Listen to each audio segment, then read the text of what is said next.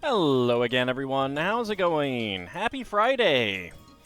So we got some spooky Lego sets to build. I'm going to start off with the Celebration Series 3 Luminous Ghost, because it's small. Also, forgot to move my keyboard out of the way. Usually I remember to do that. I got to chat with you people in the chat before the stream. So how's it going? Happy Halloween, everyone. Happy Friday as well. The new record, you got a total of 5 trick-or-treaters this year? Oh, wow. It's a really nice day here, or evening, so apparently we're getting a lot, but my housemate deals with that. I don't have to.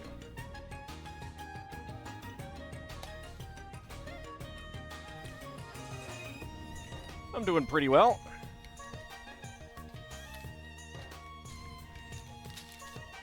Alright. Let's toss that down there. Let's go ahead and get some things opened up. We got bag number 2. Bag number 3.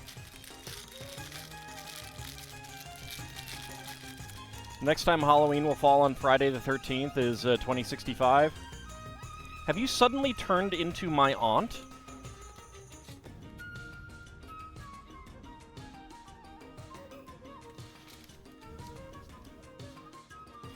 It wasn't a Halloween thing. It was a, It was just like the 31st of August, I think, that she shared something. It was like, the 31st of August won't fall on a Friday for another 100 years or something like that. And I was like, thinking to myself immediately, that can't be right, because it's like every year the day that a date falls on shifts by 1 until leap year, at which point it shifts by 2. So, like, I was like, okay, I gotta double check this. And I immediately looked, and it was like just a couple years, I mean, like, you know, just a few years prior it had fallen on that day. I was like, and I responded to that, and rather than say anything, she just deleted the Facebook post. It's kind of weird. You live just a few houses up from Main Street. Hordes of them up and down Main Street, but none of them wander up your street at all. Huh. Well, it might be that you don't have a whole lot of kids on your street itself, so there aren't a lot of kids going out to their neighbors. Because I know, like, the neighborhood that I lived in when I was a kid, there were a lot of children around my age, and so there were always a lot of trick-or-treaters, but as I got older, there got fewer and fewer because the people who had kids had moved in, you know, like it took about, like, 20 years before it started changing over and getting more kids again as, you know, older folks died or moved out and moved someplace else.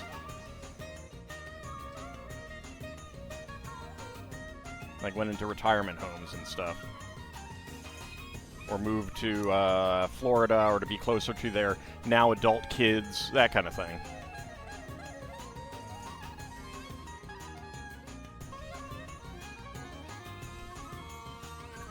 And then it kind of, like, you know, I faded out again afterwards. So it like goes in waves as, you know, people move in, then have kids. Those kids grow up and move away. Then eventually the parents who were there are no longer there.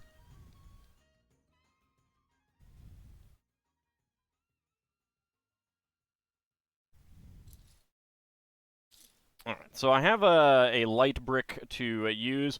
I decided rather than constantly pulling these things out, I just reuse the light bricks as I take apart sets.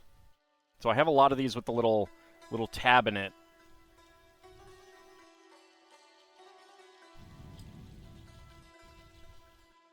Alright, let's see. 2, frictionless Technic pins.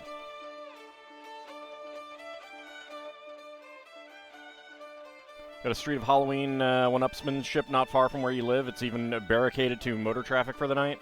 That's really good. I mean, when there's a lot of kids on a street, they should absolutely do that. There's a strong correlation of children getting hit by cars on Halloween. It's the deadliest night for children being hit by cars.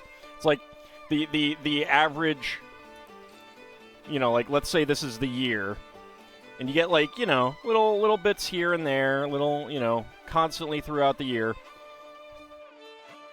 And then, let me get a couple things. Let's do this.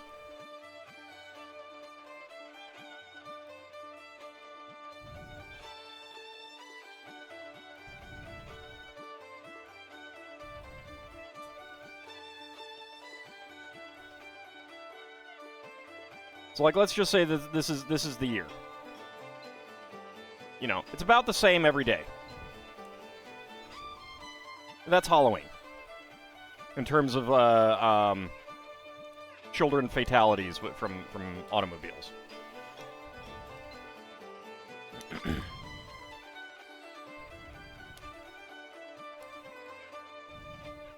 So it is very, very good to close off the streets.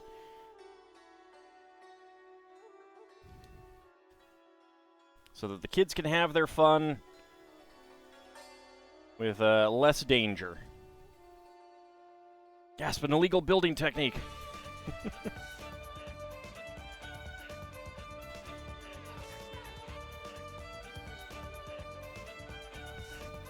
I'll break the Lego law if I want to.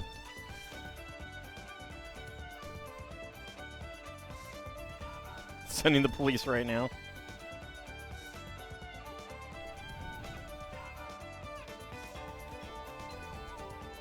Look, it's only a fine. I have to pay a 100 printed green tile. That's all.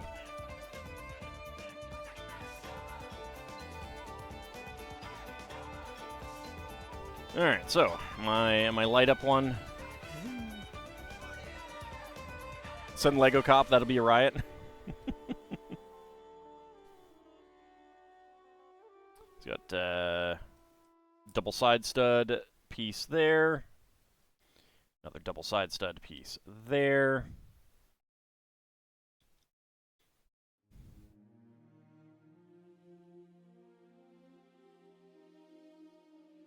A white 1x2 tile. And a gold heart tile.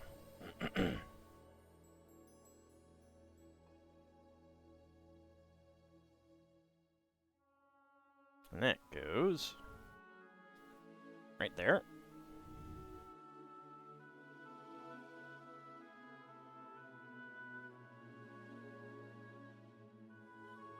I can't do that, Dave.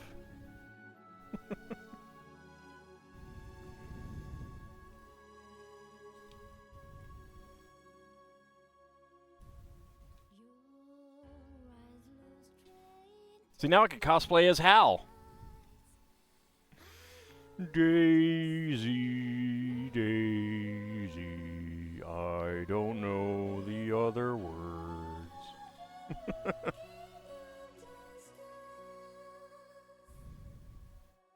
Since all the ranch-covered pickles, why do you hate me, sir? Why do you hate me?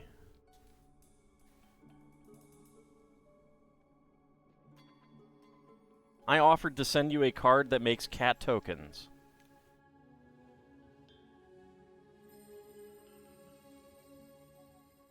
Nope, I don't know that one. That was not a song that I am familiar with from my childhood.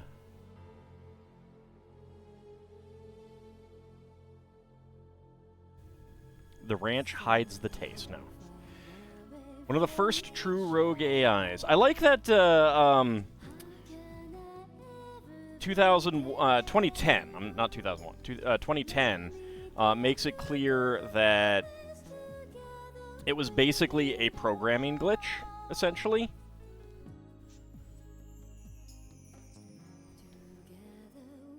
I really like 2010. 2010 is a really good movie, too.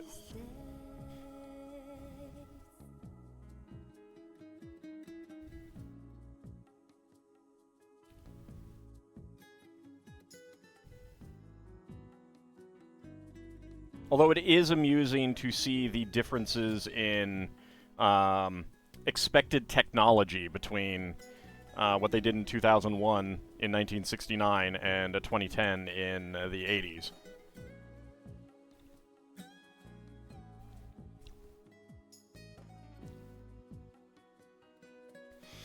Added an extra 20 kill all humans line? Yes. Yeah. Alright, spare parts. We got a gray Technic pin, a red 1L beam, a dark gray 1x1 plate, and a gold heart tile. Remember reading the book for Odyssey 3? You don't ever think it got a movie adaptation? No, it did not. It was, trying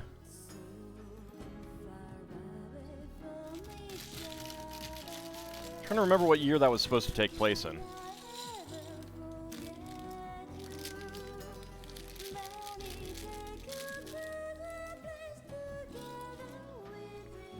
(2023) I don't think so. No, I think it was like more than 100 years on, or 60 or something like that. A fairly considerable amount of time, at least compared to the first two. I think. Could be wrong. Because I do remember I got curious about it one time and read about it. Didn't actually read it, just read about it.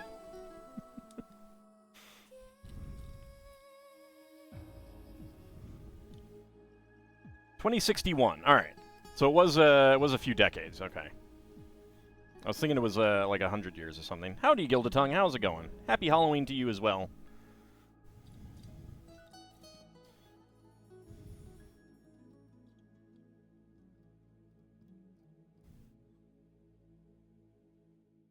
Honestly, you know, like, I'm kind of surprised that it hasn't gotten a movie.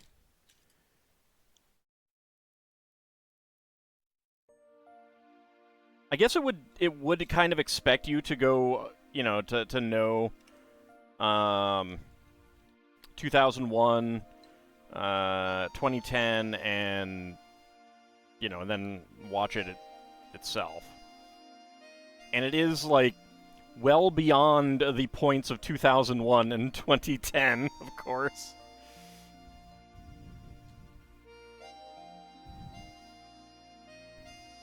That's pretty nice. I kind of like that that light up effect going into the pearlescent bricks.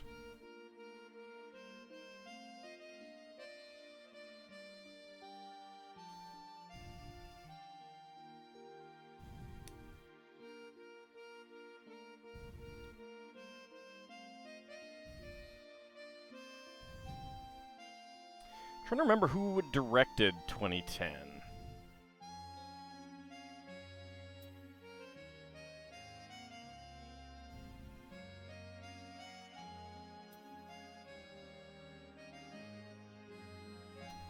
Bacon cheese fries sound pretty good.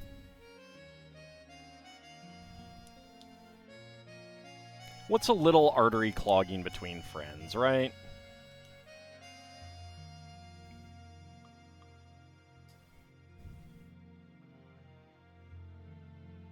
Alright, that goes on the back. CK2 do be crazy. It do be crazy like that.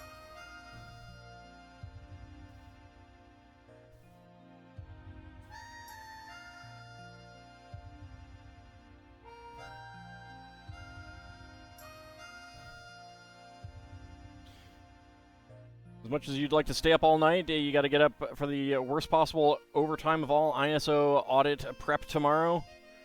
All right. At least then you have Spelljammer afterwards. So have a good night, sir. Everything's better with Spelljammer afterwards. That is not what I want. I need a 1x2 tile there.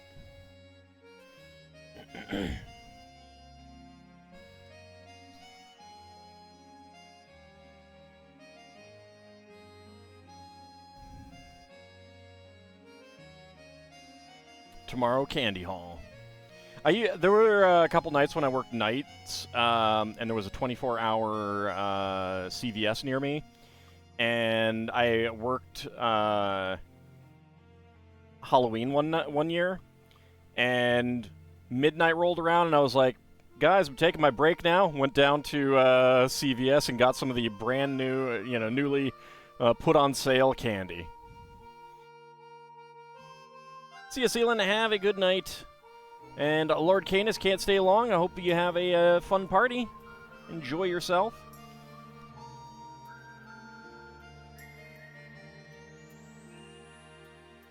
Let's get that on there.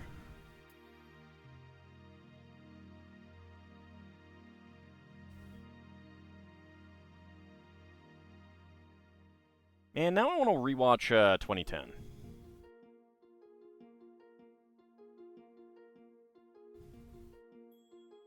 Stupid movies not being easy to access. You have to go to the store anyway. You need snacks for the long haul Tuesday. What do you got going on Tuesday?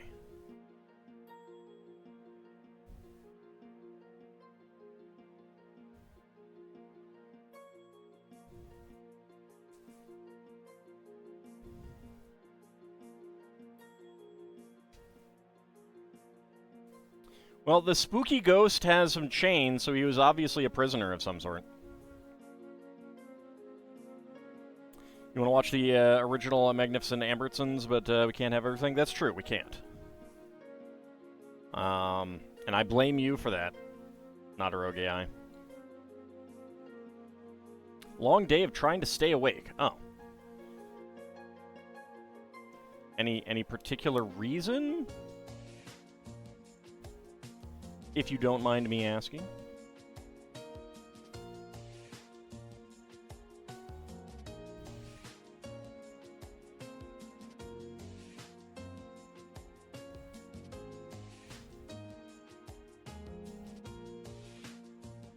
Did not burn the film. Oh, that was the studio.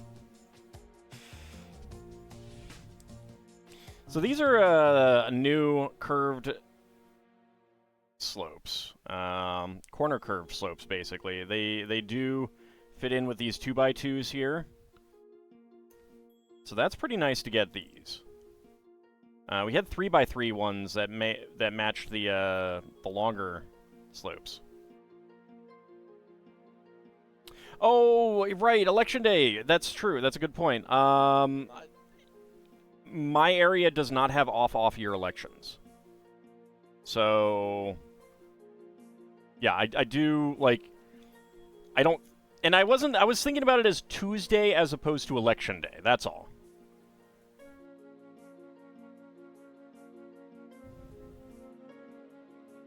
I'm very much just going to go to bed and see what happens in the morning. I'm...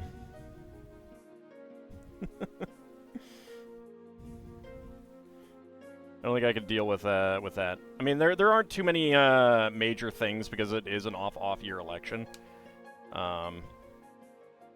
and some of the elections that I'm paying attention to that are not, for my region, are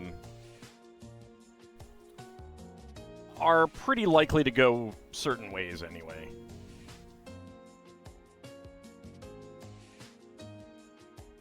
How did yesterday thing? I didn't actually call them. I was kind of like tired and had a headache, and I think I might try to find my other cards first. Is this Marley's ghost? Yes, probably. Captain Marley from, or Governor Marley from Monkey Island. She died. Didn't you know that? It's all Guybrush's fault. Yep, that's why I was getting all that stuff together. It happens.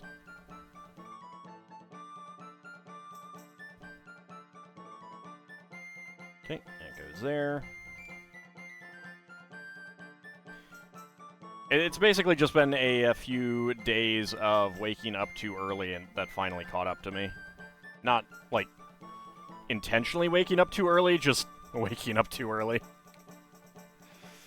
Elizabeth Marley. Alright, spare parts are a 1x1 tile slope there.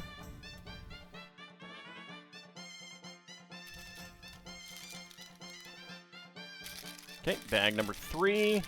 Then wants us to put a chain on now. I already put the chain on. I guess that chain was extra.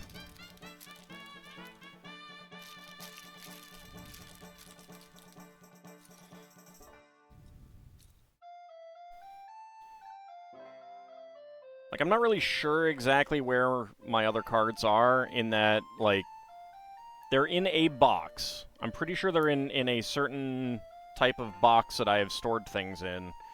But I have, like, 8 of them scattered around multiple storage places. So it's a question of which one, and how much do I really want to go looking for that right now? You don't know if you could sell your cards? Too much nostalgia? I have nostalgia, but I also would like to get the money. If I didn't have anything that was worth much, then yeah, I might not mind. Although they do take up space, and I would like to declutter a bit. I'm very bad at decluttering. It is very difficult for me, so.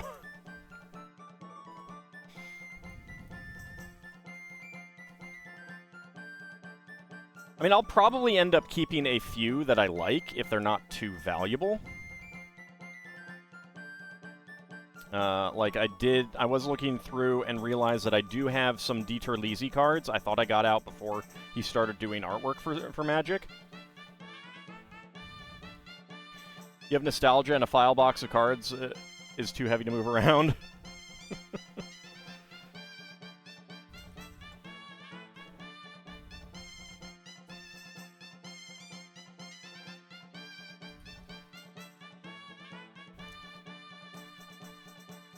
I mean, if I only had cards that were worth, like, $5 max, I would probably not bother.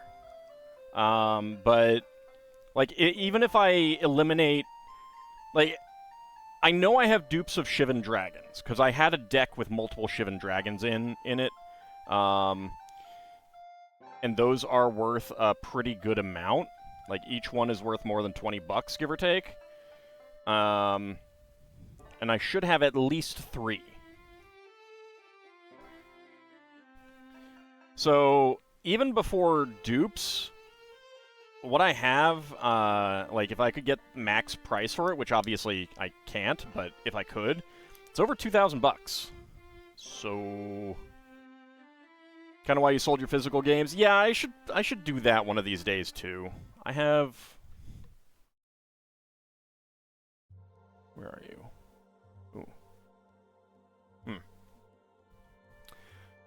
I'll try to remember to get it for maybe next stream. I mean, I have the deluxe releases of Lunar, and I know one of those goes for like $100. So I should sell those.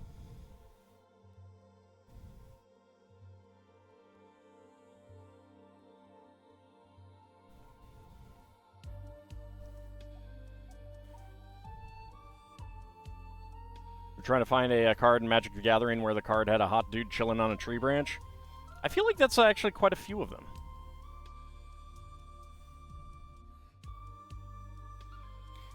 You also only have a couple thousand. I mean, I only have a couple thousand as well. Like, at last count, I had 2,700 cards. I don't know how many I got after that. But every little bit helps.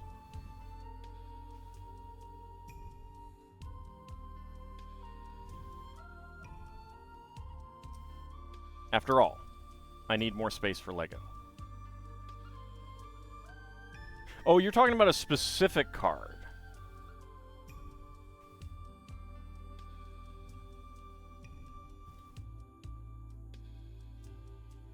Well, I can send you my my list, Bahamut, if you want to take a look through what I have.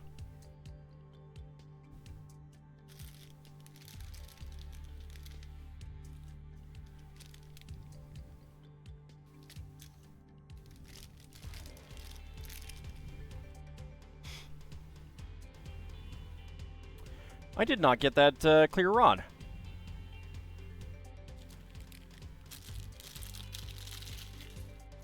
Oh, not in there. Not in there. Not in there. And it wasn't in the box. I wonder if I got an extra chain instead. Because the first bag had an extra chain. This bag has an extra chain.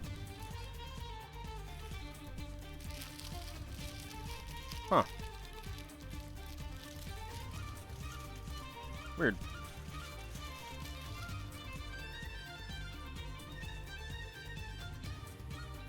Nope, wasn't in the instruction booklet. Did it fall on the floor, perhaps? I do not see it. Huh. Alright, well, I will have to call Contact Lego about that. Alright, so, spare parts. We got a bright green Carrot Top, black 1x1 cylinder tile with eye print, and 2 extra chains? I don't know if that's what I'm supposed to get.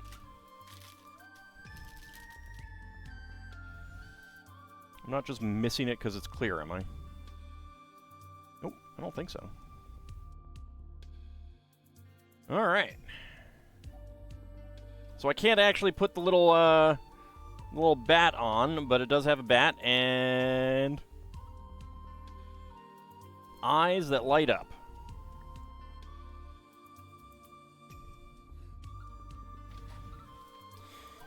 Well, I mean, of course Carrot Top is edible, not a rogue AI. I'm a dragon, I can eat humans.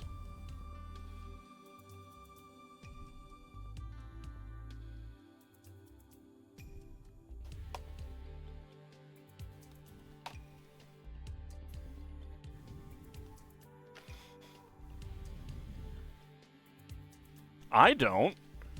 Apparently not a rogue AI wants me to.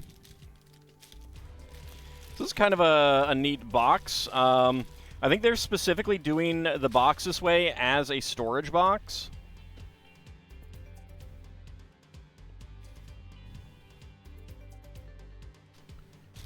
So we got 1, there's 4, there's 2, 3, 5, and 2.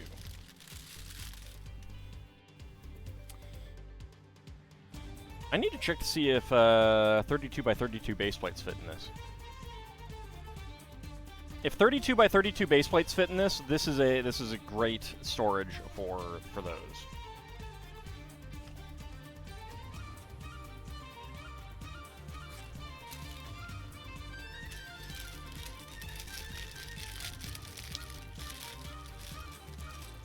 I mean, I can't finish the model without the rod, so it's important to me in that I would like to have it, because it's a part that it should come with. I have gotten those at Pick-a-Brick before, but still. Alright, so this is the, specifically, this is the Halloween Wreath 40825, which is really adorable. Look at that. Look at how cute it is. I like the little ghosty, little pumpkin, a little bat. They're very cute. It's very adorable. All right.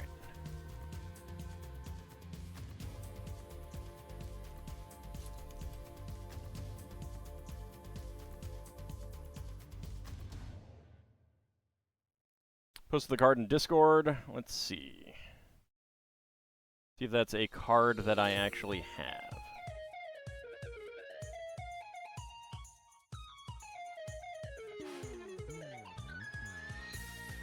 Definitely not. No, that's too recent. I don't have any cards that are in that style. What is that, 2020 copyright, it looks like? I don't even know when they switched over to that style of card art.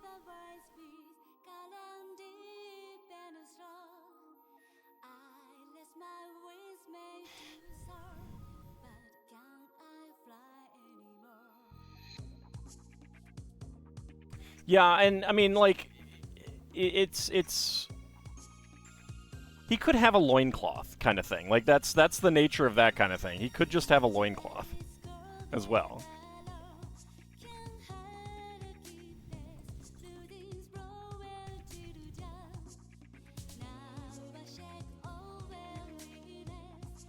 Okay, well, it's the female side on that, and male on that. Doubt it, but it's popular. Yeah, I was amused by seeing that one common card that I had, that the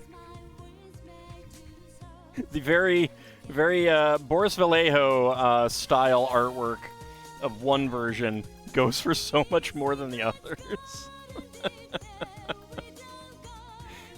I totally get it, given the target audience of Magic at the time, but it does make me chuckle.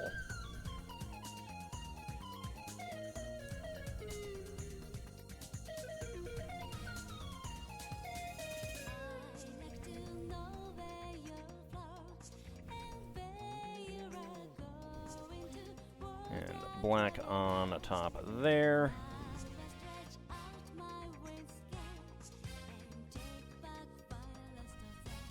You know, and I will definitely keep some of my basic lands because I like using them as bookmarks.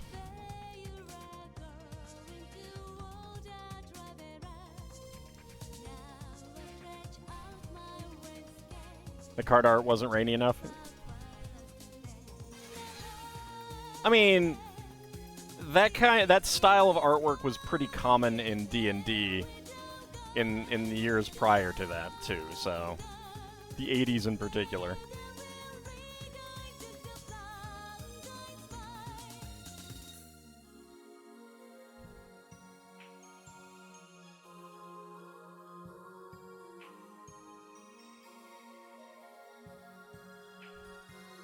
Oh no, I could tell.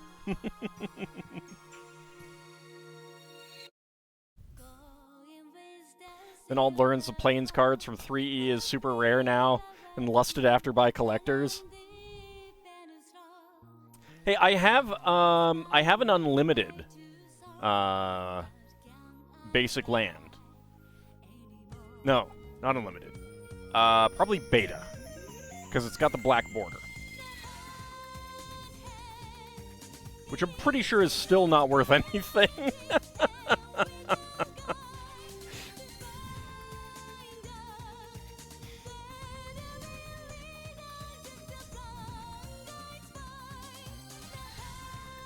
But yeah, I was looking at, like, I'm gonna, like, shop the set around once I, get everything cataloged.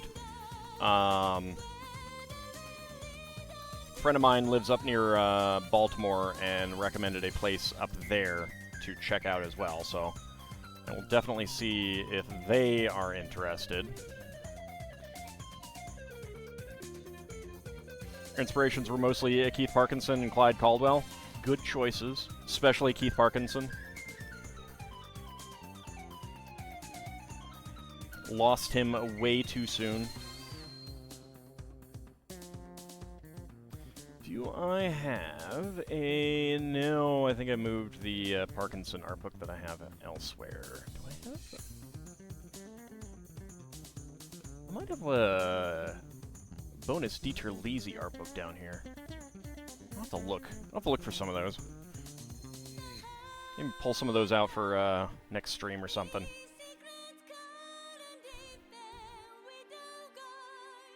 Sure that many hobby shops that do Magic the Gathering will fight over the cards I showed you? I certainly hope so.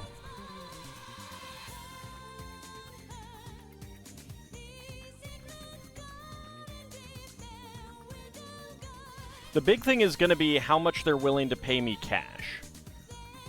And what store, like what products they have in their store that I, you know, because what I'm going to try for, because I know that you get more if you take store credit. So I'm going to, like, see about getting cash up to their limit and then take the rest in store credit. Because most of the stores, like, I'm pretty sure that from what I saw of the local store that I looked at first, Dream Wizards, I don't think there's anything that they have that I care about, kind of thing.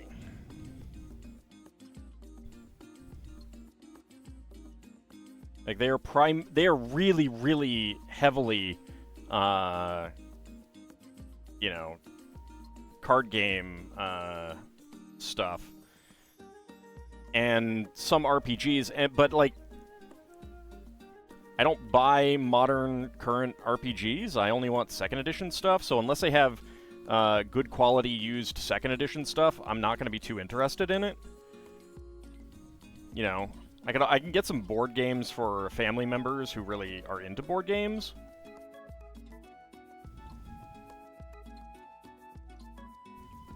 World's tallest dice tower. I could make a dice tower.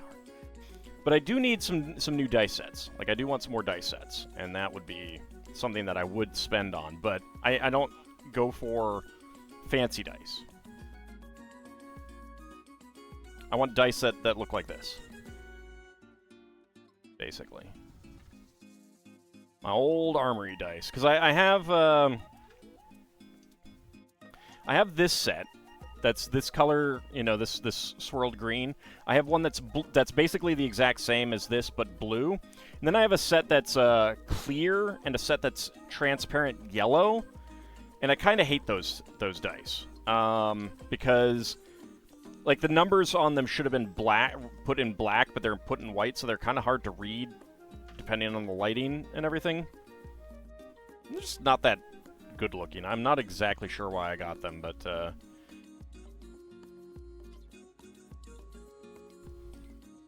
Neither here nor there at this point. But getting some more sets, like my old armory dice, would be nice.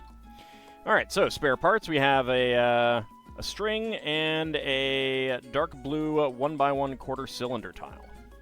But at the same time, like, that's not, you know...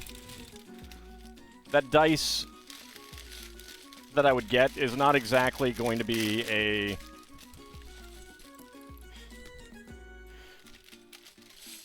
big expense.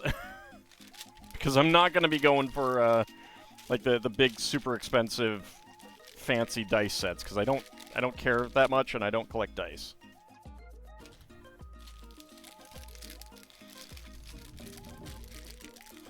Giant box of GURPS books.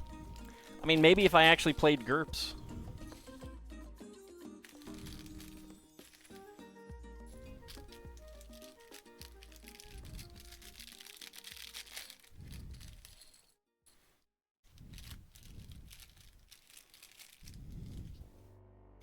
Like, the thing is like, there aren't any other game systems that I'm that interested in running, so I wouldn't really be interested in buying a whole bunch of rule sets for them. You know, I might buy a main set kind of thing, like the player's handbook equivalent of something else, but I'm not going to buy it just to buy it. I would only buy it because, you know, I'm going to be playing in it with a friend, kind of thing. Oh, I need 13 of these. Okay. You've been tempted to get dice at the shop you go to for Magic the Gathering? But you love the dice set your friend got you? Not me. My thing is that I just want some more dice. It's like actual more dice.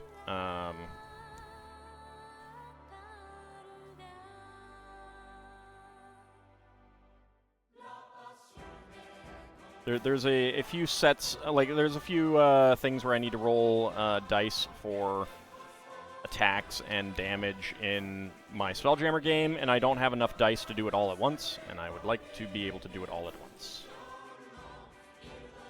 Gifted dice are the best, and dice laid up.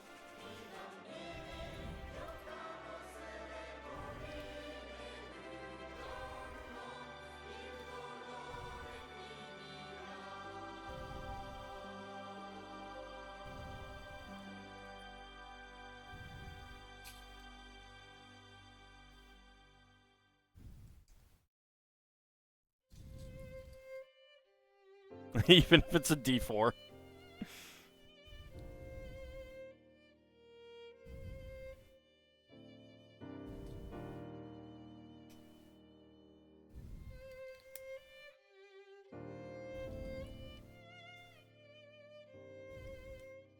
Alright, so that is our 13.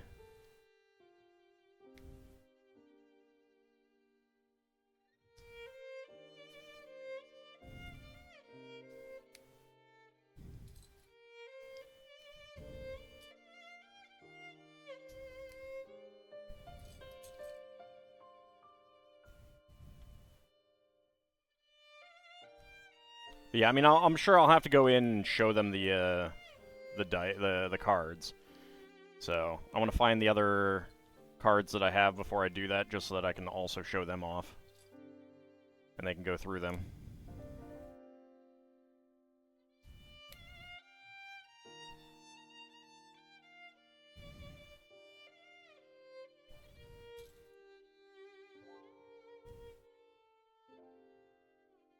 $19 D20s that you've gotten from the Magic the Gathering bundles. Dang.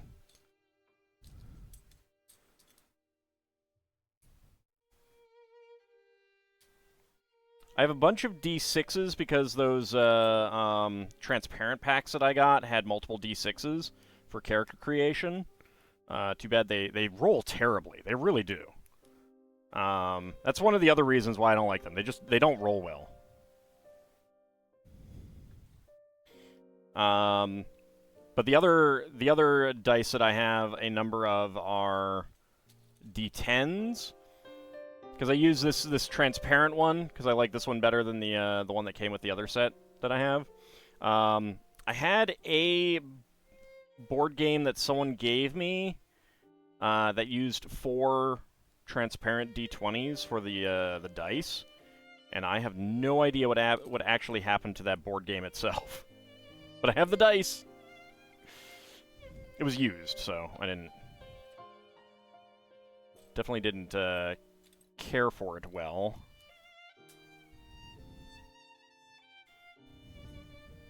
But I definitely ended up liking the dice more than the game itself. What is my preference on character creation stat rolling?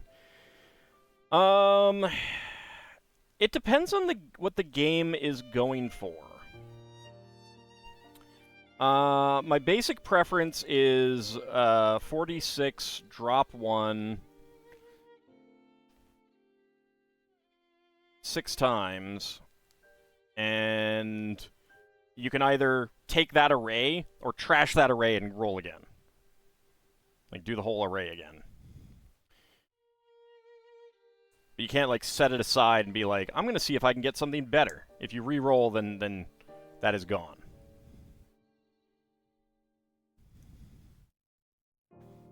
And then arrange to taste.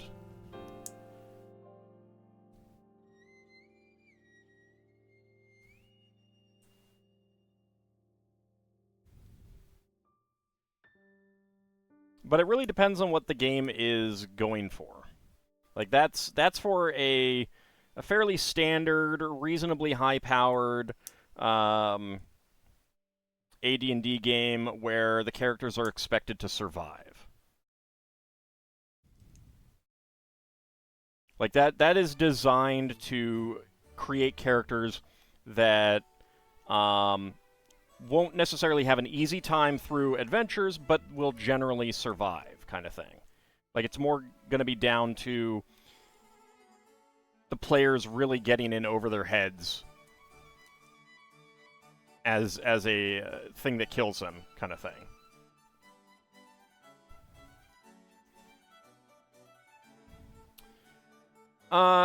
Well, I mean, in 2nd edition, yes, you are expected to generally play a group of characters through the whole campaign. You might have a few die occasionally and need to re-roll, but, you know, and that could end up being a Ship of Theseus situation where by the end you have completely different characters in that adventuring party. But, yes, the point is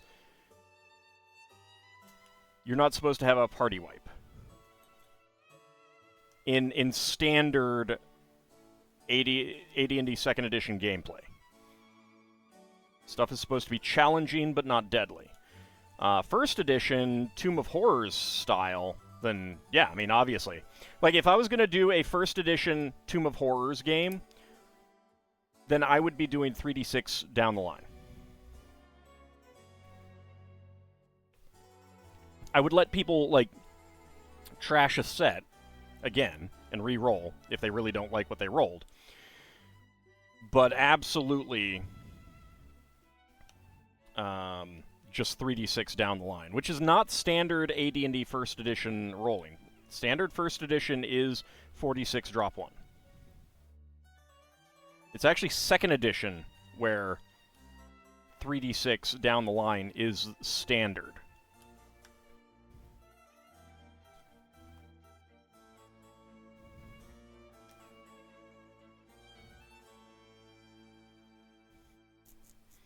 Bahamut and you were having a discussion about card art and what are limits and what needs to be put behind spoiler tag and artwork.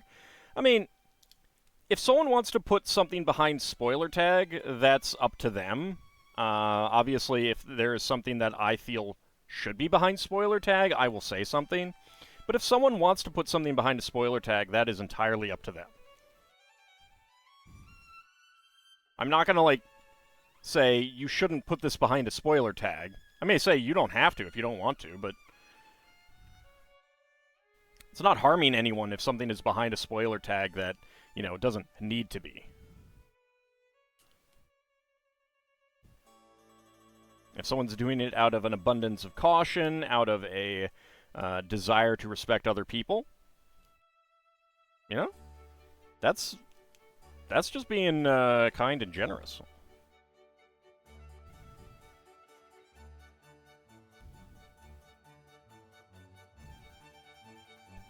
But yeah, in a deadly campaign where characters are expected to die frequently, yeah, I will go for 3d6.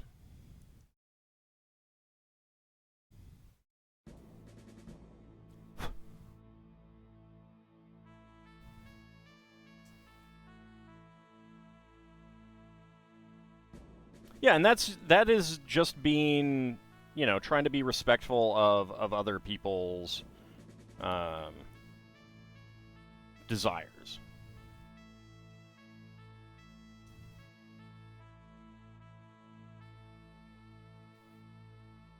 For my part, like,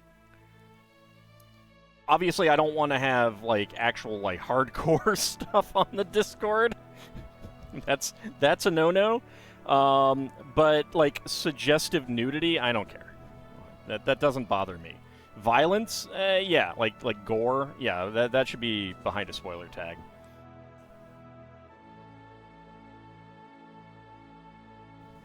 But if someone wants to put something behind a spoiler tag that I don't personally feel needs to be, I don't care. I'm not gonna... I can click a button. It's fine.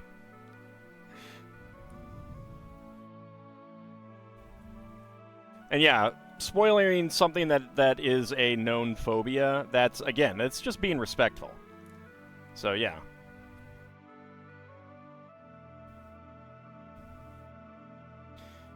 Just rolled by 46, 14, 9, 12, 8, 13, 7. That's totally workable. It depends on the game. If you, like... It's totally workable depending on what class you want to play. You're not going to be getting any bonuses, but you're not going to be taking too many penalties depending on where you put that 7. And it's ample role-playing opportunities too. I would personally probably re-roll that. I generally like to have at least a 16 in a standard 2nd edition game.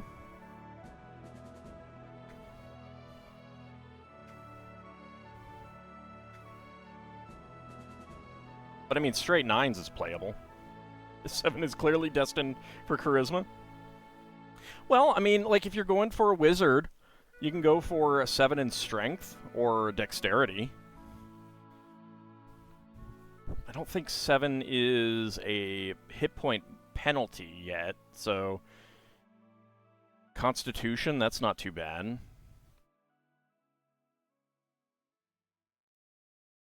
You could also do that 7 in Intelligence or Wisdom and just, like, roleplay up your character not being particularly wise or smart.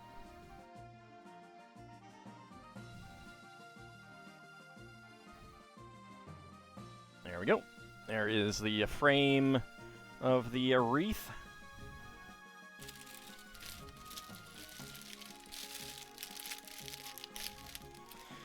Doesn't wizard... Well, So none of the, like I said, you're not going to get any bonuses with any of that. 14 in dexterity isn't going to get you anything. You would want to put that 14 into intelligence if you were going to be a wizard.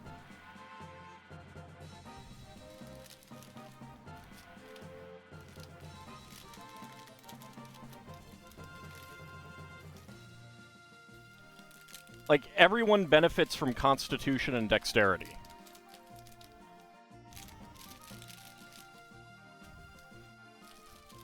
So strictly speaking, if you're optimizing, then you don't want to dump those at all. But, like, Seal and Mortar's Druid, Finalar, has a 7 Dexterity. I think Solus's Strength is 7. Might be 6, actually. You'd make a Strength 7 fighter. So you can't do that. You have to have a... There are minimum requirements. You have to have a 9 in the prime requisite of the basic class. You tend to prefer either a point-buy system or have a fixed set of attribute values to distribute. Do not like wide variations in base character potential in the party. So, the reason why I don't like point-buy is because it encourages min-maxing. I like that. I like the randomness, and then having that dictate what you are gonna play. And in second edition, there are some like things that are gonna come up if you have stats a certain way. Like, if you don't have an 18 intelligence for a wizard, you're not getting to 9th level spells. But that assumes that you're going to play that long anyway. Howdy, Robblejack. So you may have subscribed to my YouTube channel? I hope so. Thank you very much. Everyone should. Everyone in the entire world. It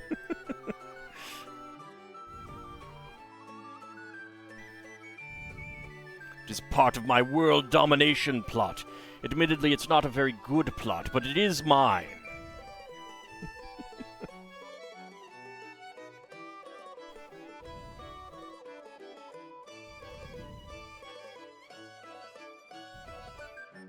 So, I mean, like, it would depend on the game, I suppose, on whether I would want to point buy. Like, in a computer version of D&D, I would rather have a point-buy system so that I do know that I'm getting the best I can get. But that's because your stats play a bigger role in a computerized version of D&D. You can't roleplay your way out of a box in that. 9 billion subs on Twitch. Ald could retire. That's true, I could.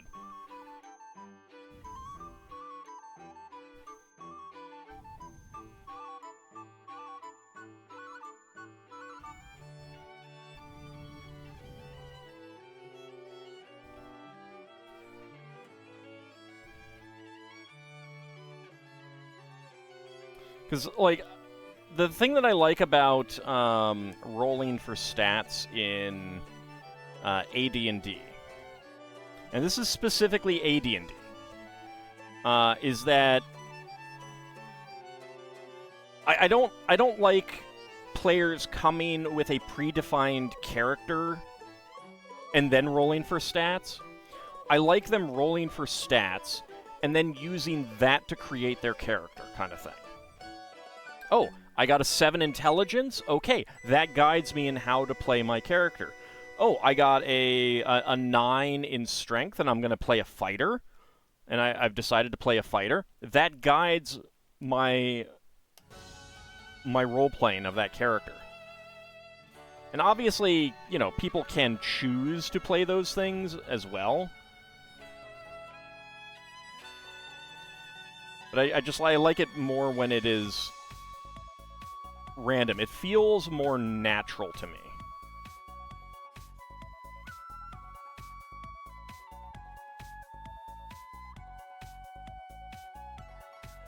Because I'm not the same as any of you in terms of, like, my ups and downs. Like, you can't aggregate me into a way that comes out perfectly even to any of you. Like, there are definitely people who I am going to be way worse at everything than, kind of thing.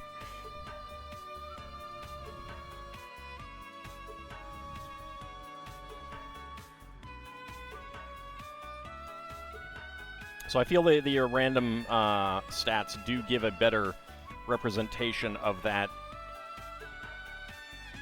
you know, for actual people.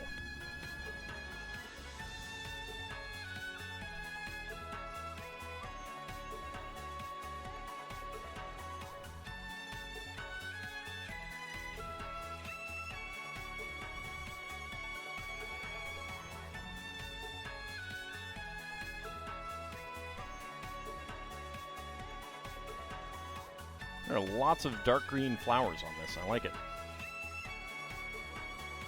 Ald versus Dolph Lundgren, yeah. Like, he obviously has better constitution than I do, better strength than I do, probably better dexterity than I do, probably better charisma than I do. I don't know. I don't know enough about Dolph Lundgren to know how my intelligence and my wisdom would compare to him.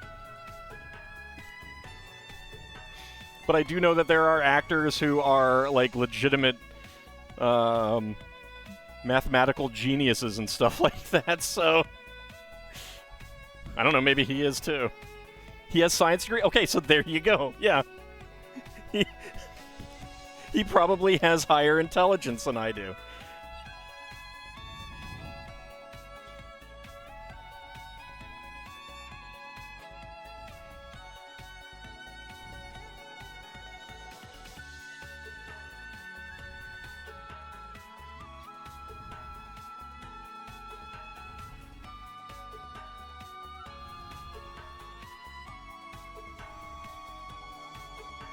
So yeah, I feel that rolling gives a better representation of a population.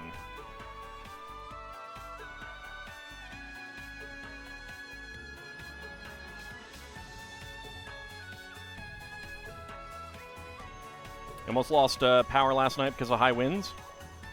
We had some pretty high winds here, but didn't almost lose power.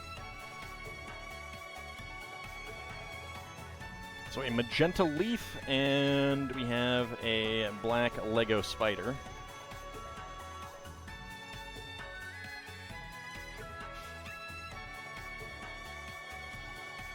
Did agree to U-Ball's Dungeon Siege 2, so low wisdom.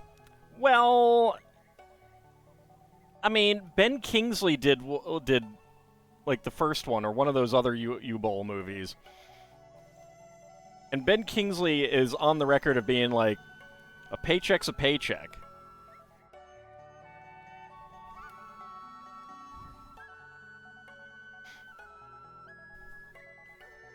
And who was in Jaws 4, The Revenge? Michael Caine. Michael Caine, when asked about Jaws 4, he says, I didn't see that movie, but I did see the house it bought. So, you know.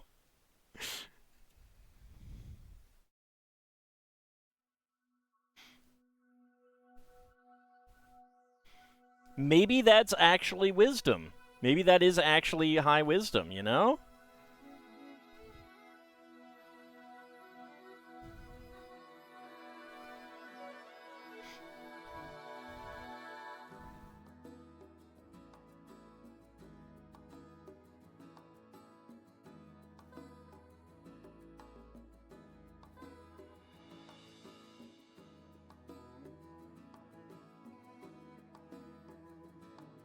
I mean, if I could star in a bad movie and get a house out of it because of my paycheck, I would definitely do it.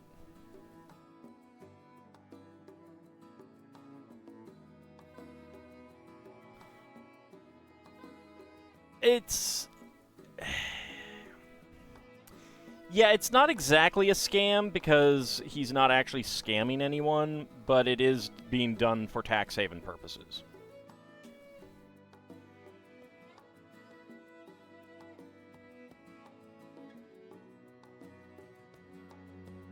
It was a story where an actress went to a restaurant that was named after the child in Jaws, and she asked about it, and it turned out the owner was the actor who played that child in Jaws.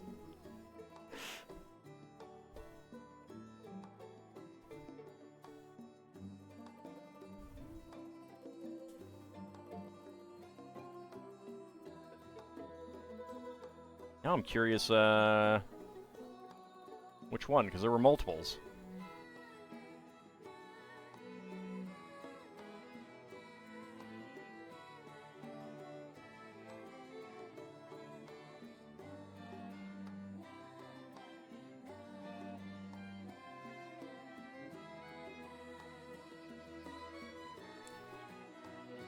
But yeah, I mean, like, paycheck is a paycheck, so...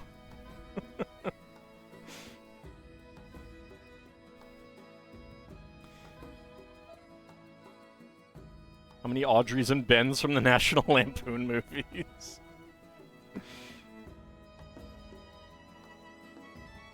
The really bad one, National Lampoon's Vacation 2, with Randy Quaid. Oh, no. Yeah, Randy Quaid as the main character, which you never should make a movie with the comedy, like the comedy character as the main, because that doesn't work. That one got some of the original kids back. It also had Ed Asner. I feel bad for him doing that. But again, a paycheck is a paycheck.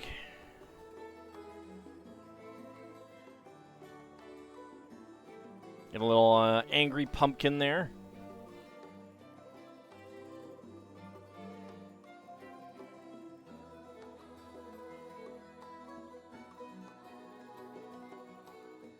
Well, I'm not doubting the story. I'm just curious which one it is, because there's been a bunch. And it depends on the exact Jaws movie.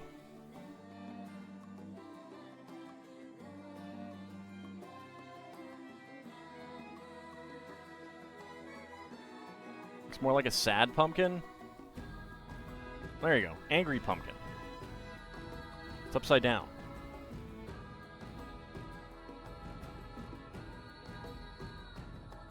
Thinking first Jaws movie.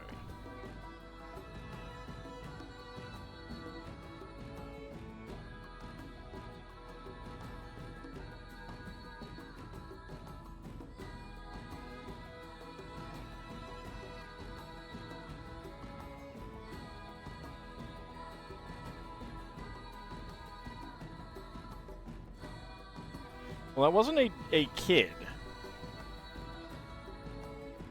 She wasn't a kid. Alex Kintner was the kid who got killed.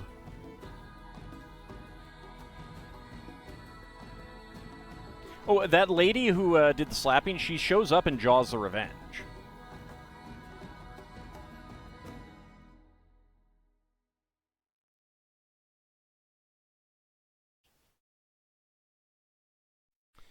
Alright. So we get a purple butterfly there.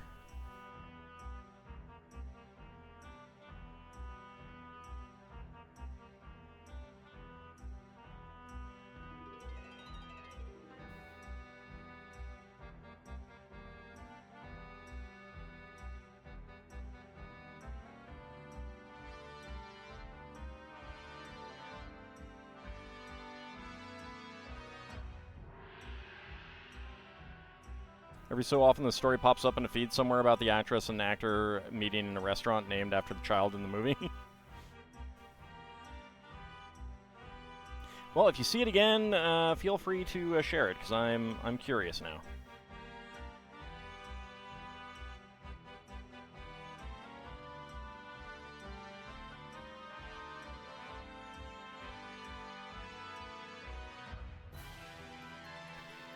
You're running a machine to mop the floor while watching all build Lego. Isn't technology grand? Yes, it is. Especially the technology that gives us Lego.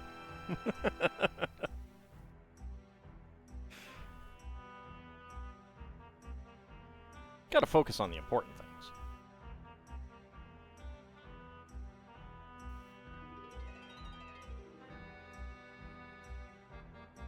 Oh, specifically that kid. Okay. The Kintner kid. All right. Because, I mean, Brody had 2 sons as well.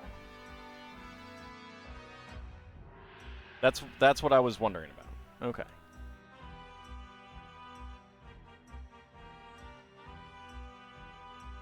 Makes you think of all those silly videos of cats riding Roombas.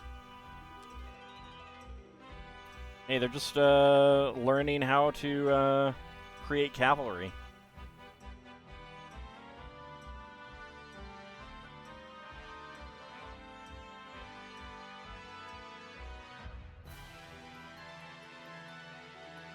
All right, we have a black butterfly now.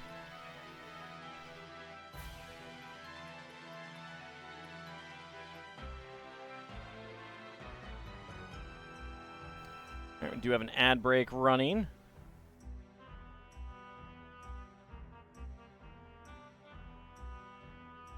Do I get trick-or-treaters? My housemate takes care of that.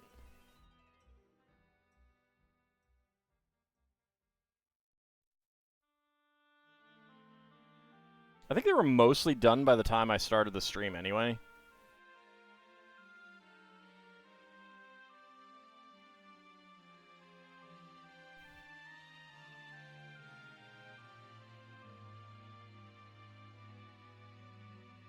So used to not having a sub, you keep wondering where the ads are?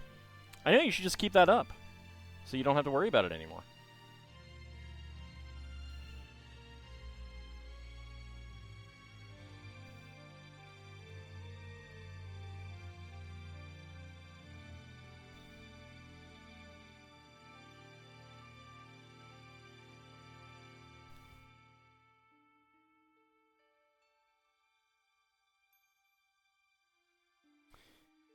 All right, get a leaf right down there. All right. Okay. So lots of spare parts in this set. Half-cylinder tiles in black and orange. 1x1 cylinder tile in with round end in orange. Orange 1x1 quarter-cylinder tile. Trans neon green 1x1 cylinder tile.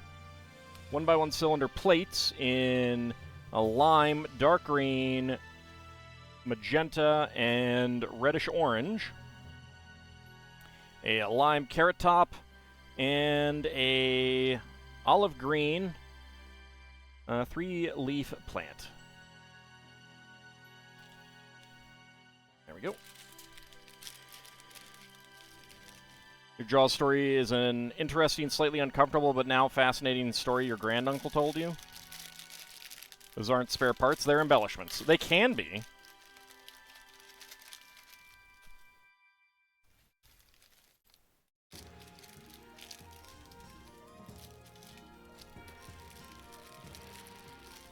What is this story, Gildatongue?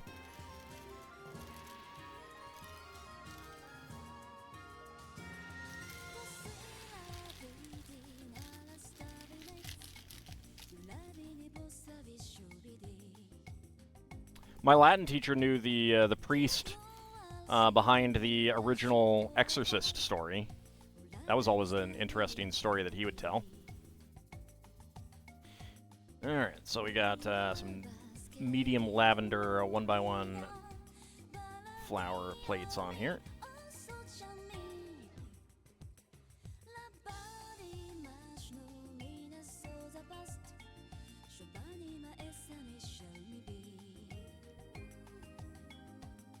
Did he introduce me to Pazuzu? No, he didn't, because he was a Latin teacher. Also, Pazuzu was, of course, an embellishment for the story. Not sure if that was in the novel or if that was introduced in the movie.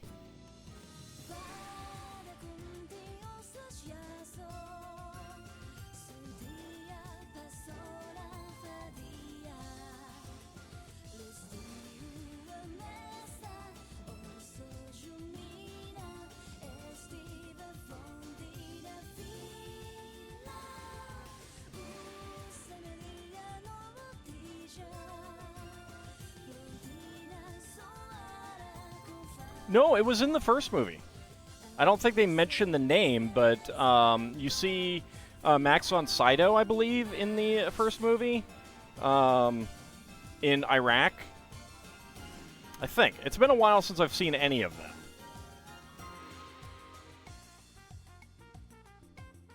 But before Max von Sydow comes to, help with the exorcism, he uncovers a statue of Pazuzu.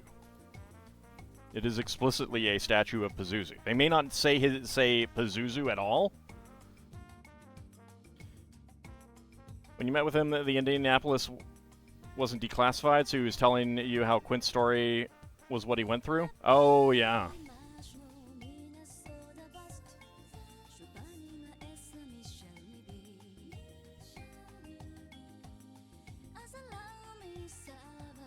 So your great-uncle was on the Indianapolis as well? I mean, as well as if Quint were an actual person.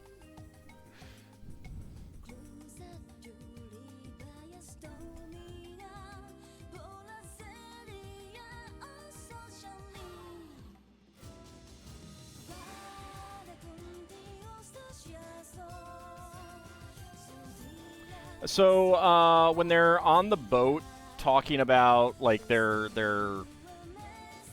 injuries and stuff like that,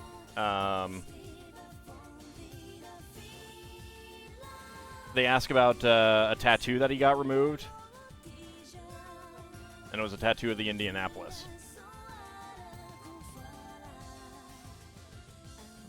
Celebrated his 18th birthday on an overturned table in the middle of the Pacific. Oof. Well, I'm glad that he survived.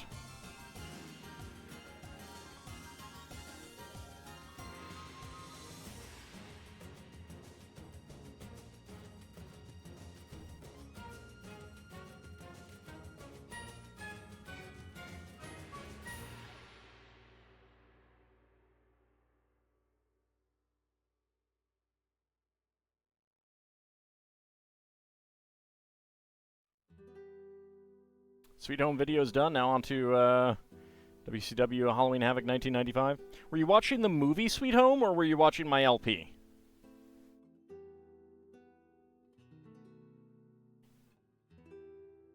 Out of curiosity.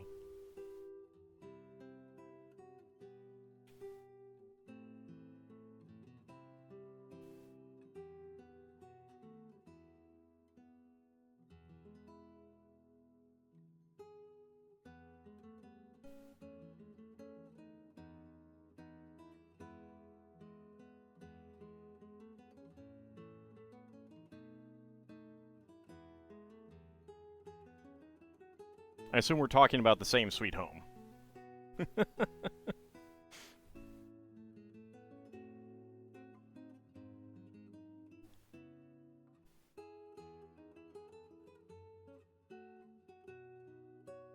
I probably should have, like, reposted that around.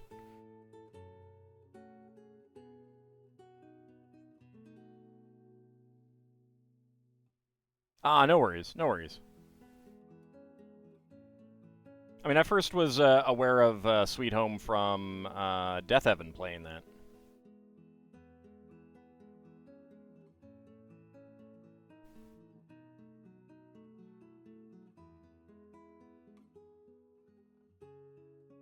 Alright, this goes... Where does that... Where's that supposed to go? Okay, that's supposed to go right here. There we go. And then we get a spider web here.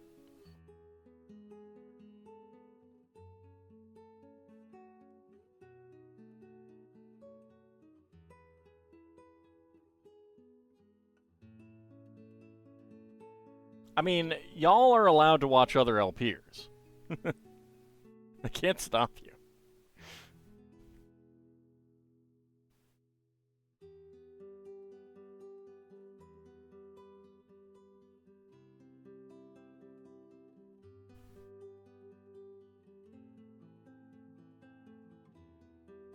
Just so long as you know where your loyalties lie, and that is to me, your lord and master. I mean, Your friendliest LPer of all. Yeah, that's it. That's a ticket.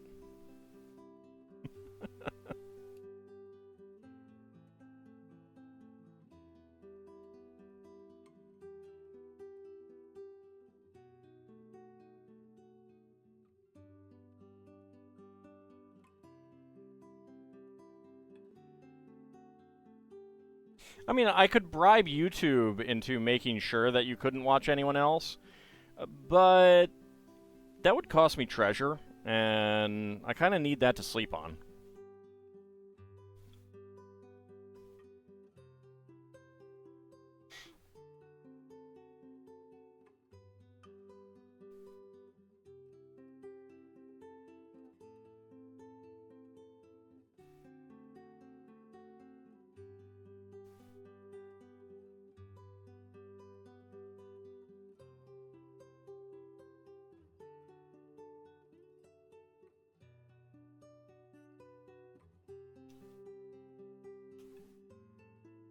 The movie that Sweet Home is based on is actually pretty decent. It's a shame that it's not actually licensed here, and the quality of the YouTube videos is pretty awful. Which, to be fair, is kind of understandable, but...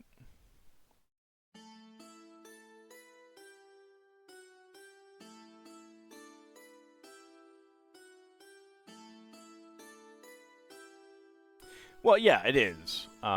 Because, you know, I'm talking about a game. Oops.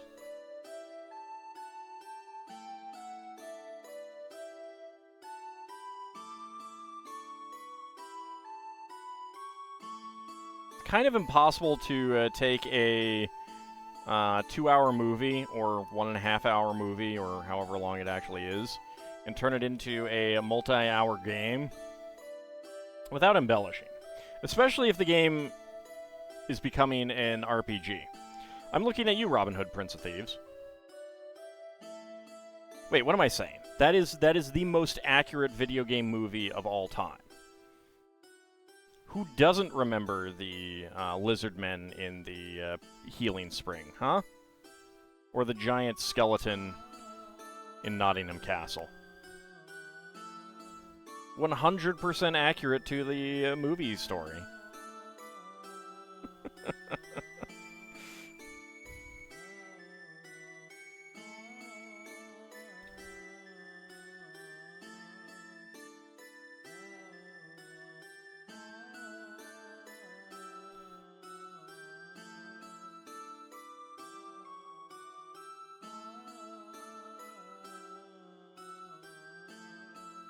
Nah, legends are never embellished at all.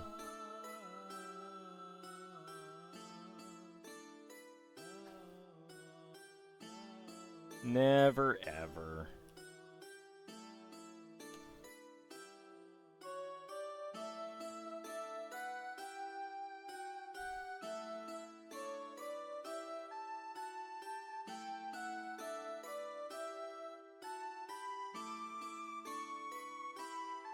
Get the bat back on here.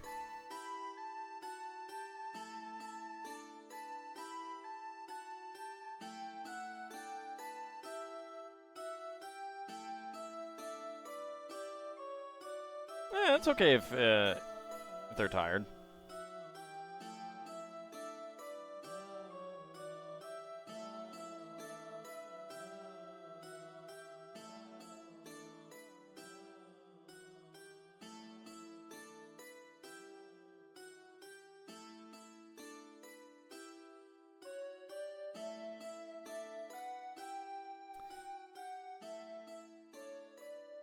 Couple more leaves with the reddish orange. I do love this new color. It's a really nice shade.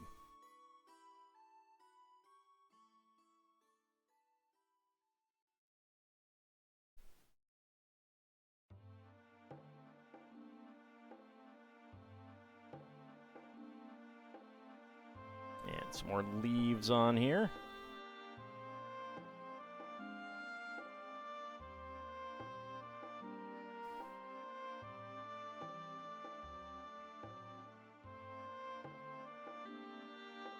go. A pumpkin. I think that's going to be the last part for that bag. Alright, so, spare parts. 1x1 cylinder plate in dark gray with hollow stud. Black 1x1 cylinder plate with under clip in a medium lavender 1x1 plate flower. And 2 1x1 cylinder tiles in purple and trans orange. Okay, and now the final bag. Do those cobwebs appear in other sets? Oh yeah, they're pretty common. They're a modification. The old ones used to have clips rather than this bar. I think the clips were a little bit nicer because I think the bar stands out a little too much. But yeah, they're pretty common. I think they've probably been in a couple other colors as well besides just white. Certainly gray. Or almost certainly gray, I should say. Not sure on what other colors. Yeah, I don't know why they did the bar. I mean, it gives you a little bit more flexibility in how to connect it, but...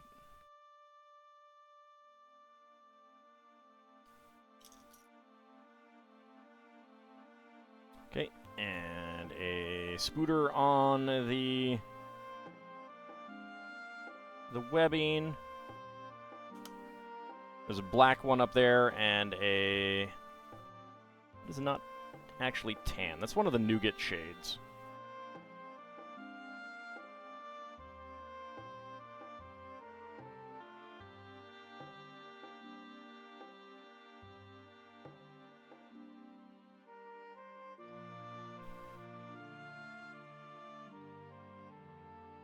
Speaking of NES RPGs based off movies, found the film Legend of the Ghost Lion is based on. Surprised it's in English since it was a joint venture between Toho and CBS that never aired in the US.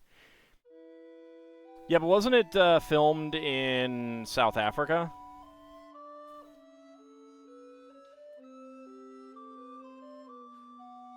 So it might have aired in the UK or in South Africa.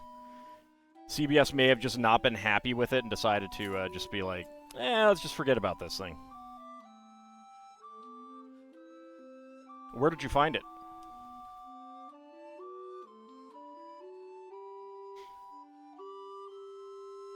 I.e., I should say, is it on YouTube? Because if it's on YouTube, I kind of want to see it.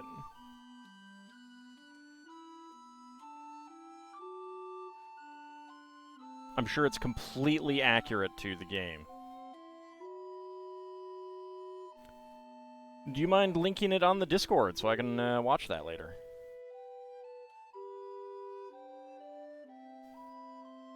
Thank you. I appreciate that.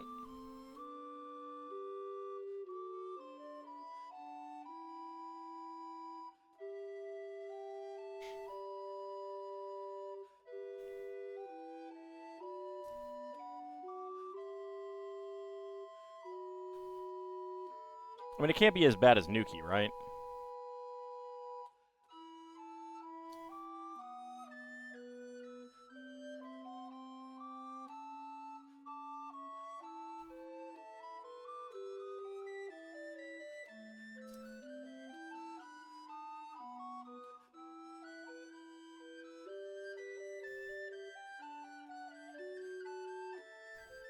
From what you saw? It can be? Is that what you're saying?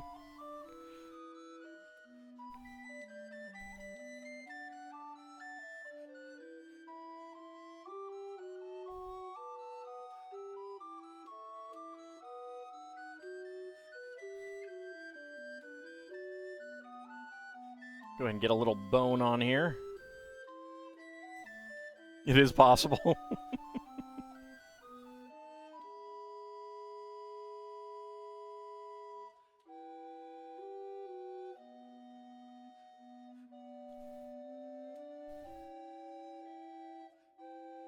Nah, it couldn't possibly be that bad.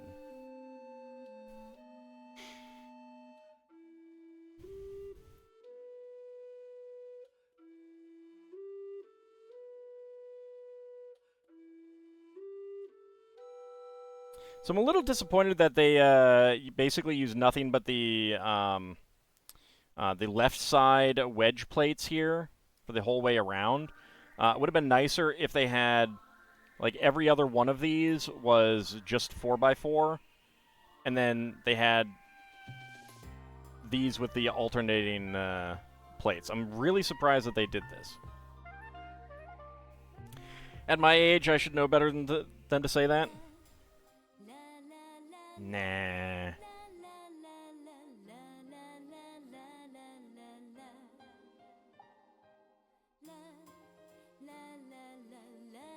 Done and Done, Baldur's Gate 1 and 2 flashbacks? If I may be missing a reference. I'm not sure what you mean.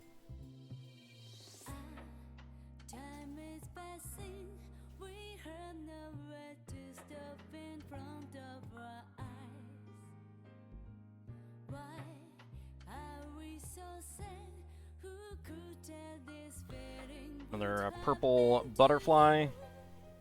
Unfortunately, I have a lot of these purple butterflies from one of the botanical sets.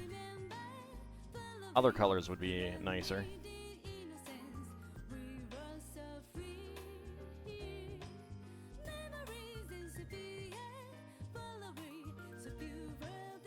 Why are there so many hot characters?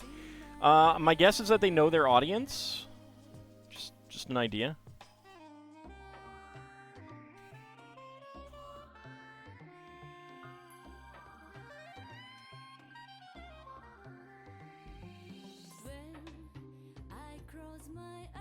The voice set you used in your original playthrough. Oh, right, got it. Oh, okay, okay. I didn't make that connection to the voice sets.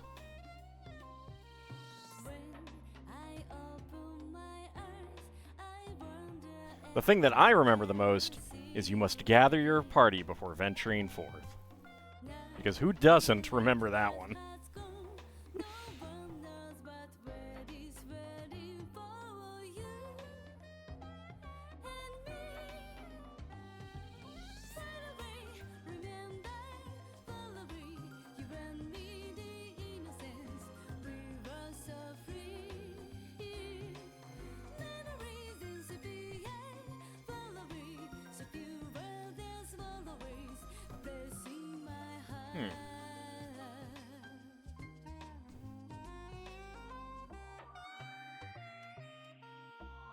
I guess these are supposed to be at an angle there. Okay. Started noticing more hot characters right around the Pokemon Sun Moon on 3DS, you believe? I mean, I imagine part of that has to do with the resolution of the graphics. It's kind of hard. It's not impossible, but it's kind of hard to have a very hot character when you're just talking 16 by 16 pixel sprites or 32 by 32 pixel sprites.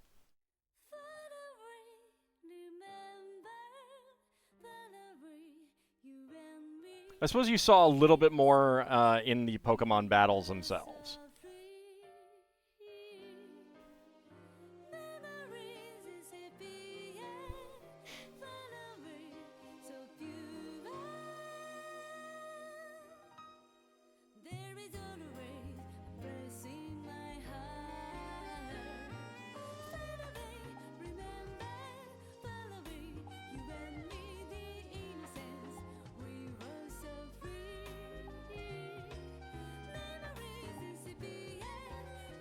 I mean, they definitely did their best with Dark Queen of Kryn. That is for sure.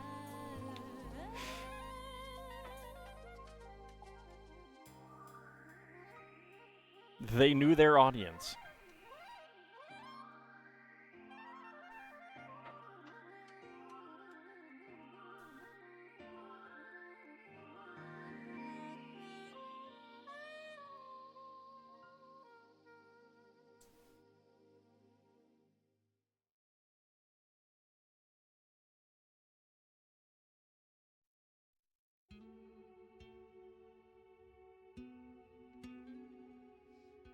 I guess the other question is it a villain, or is it just a random character, or is it someone who's there to help you?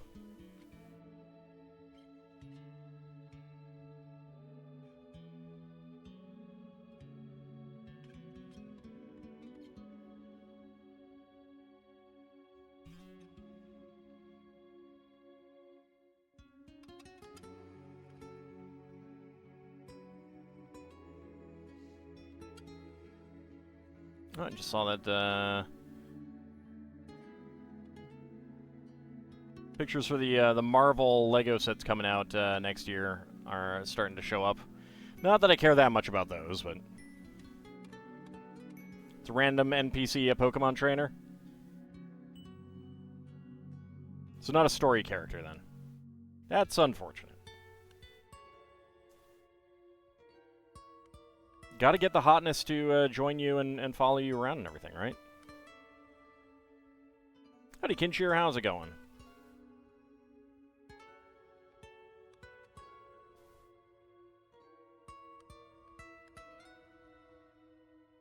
Got our little ghosty here.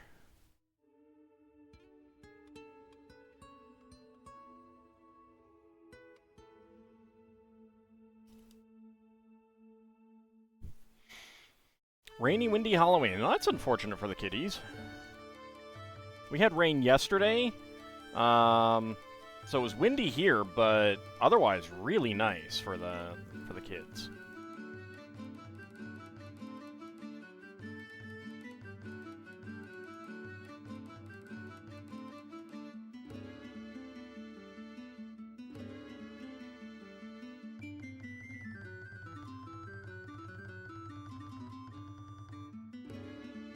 You can only get the Pokemon to follow you? Well, maybe you can get them to follow the Pokemon then. You know, use the Pokemon as lures. Lures for the hotness.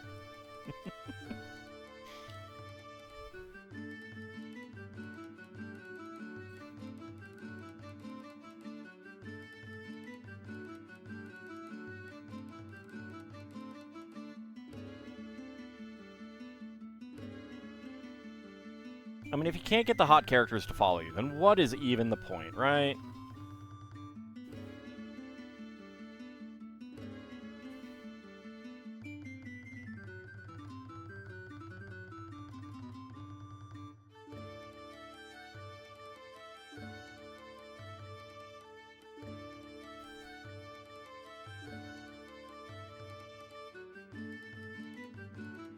There's another bone on there. In case you got a bone to pick with them.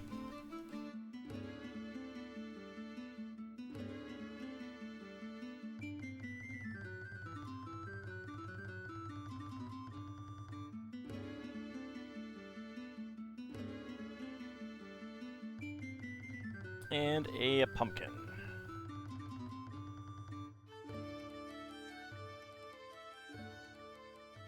There we go.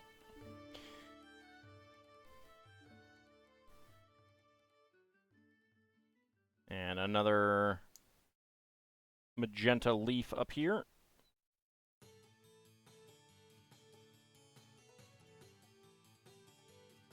And another bone down here.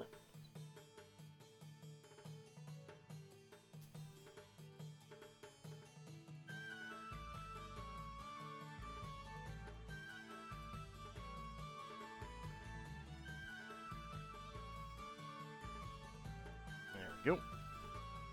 Getting a little tight for my fingers in this area.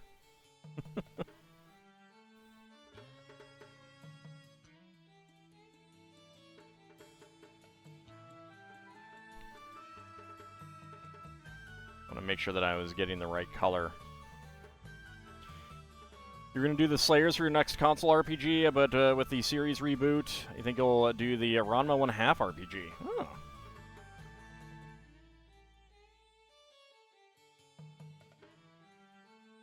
Seeing that construction worker Bahamut posted reminded you of when LEGO got in hot water for some packaging?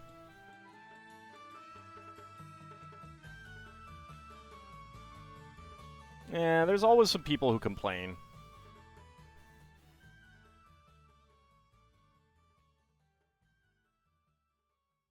Some of their old, like the pirate and forestman lady outfits were a little low cut.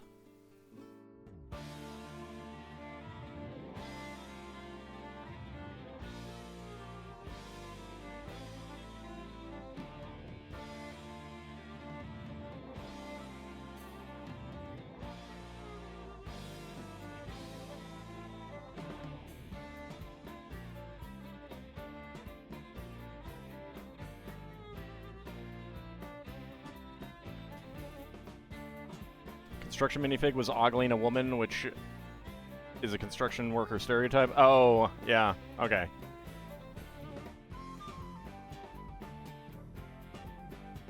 I don't actually remember that, but I can definitely see people not being happy about that.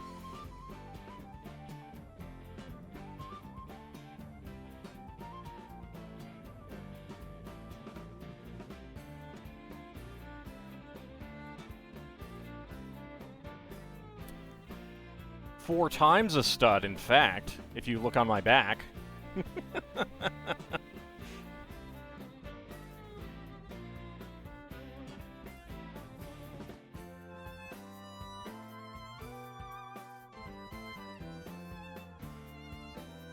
Alright, now to make the...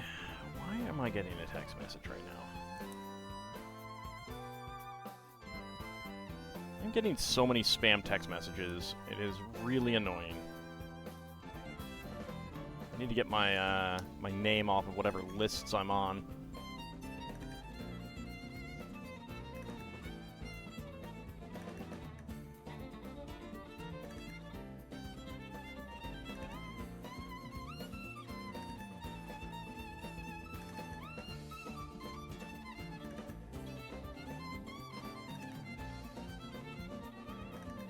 Got our little bat fangs there.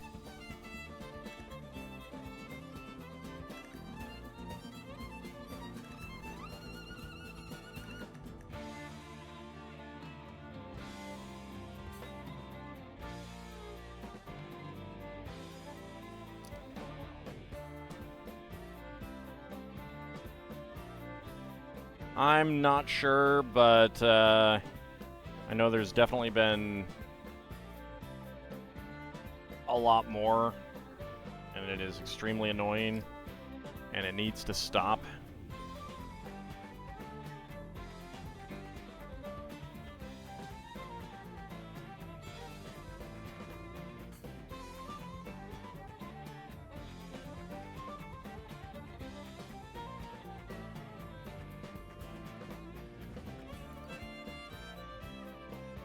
There we go. And let's get the eyes on here.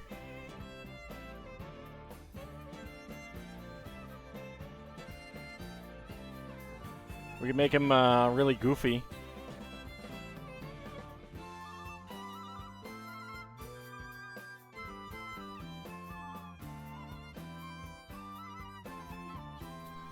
That is...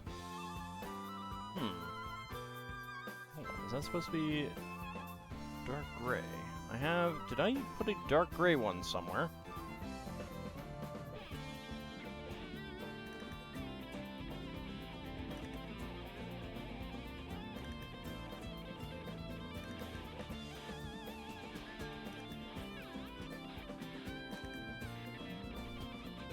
I think that's sand green.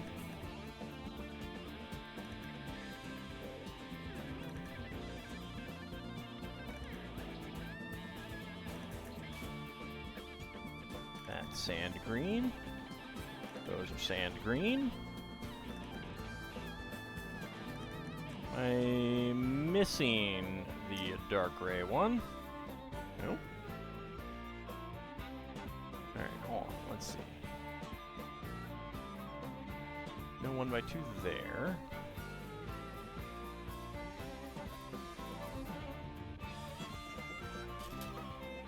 Well, I wasn't expecting that to come apart right there.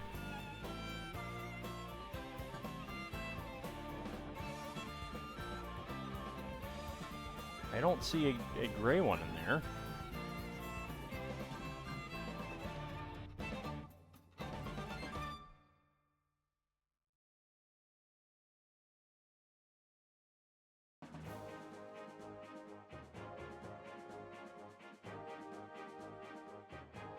It's all sand green.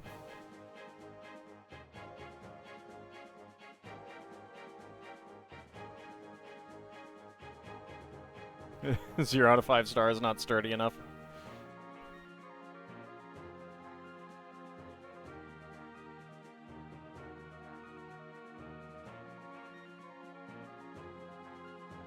Oh, yep, alright. I did get it in down here. Alright, there it is.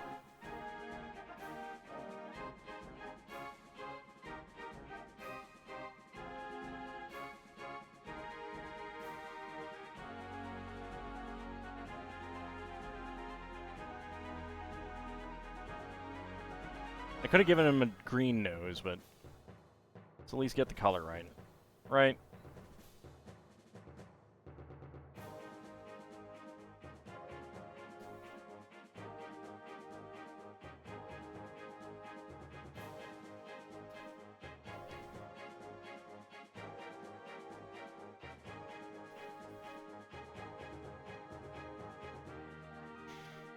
There we go.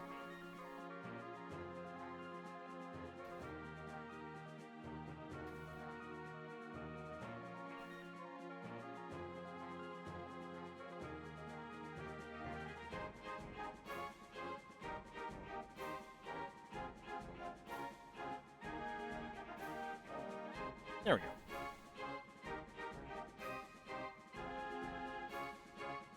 There we go. Got his proper nose color on now. Howdy, Minor Trader. How's it going?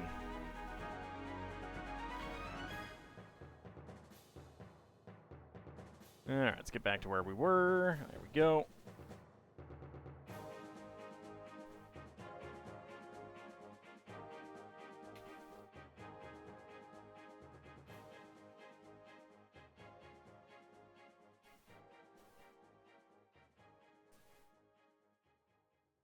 Get his little bat wings in.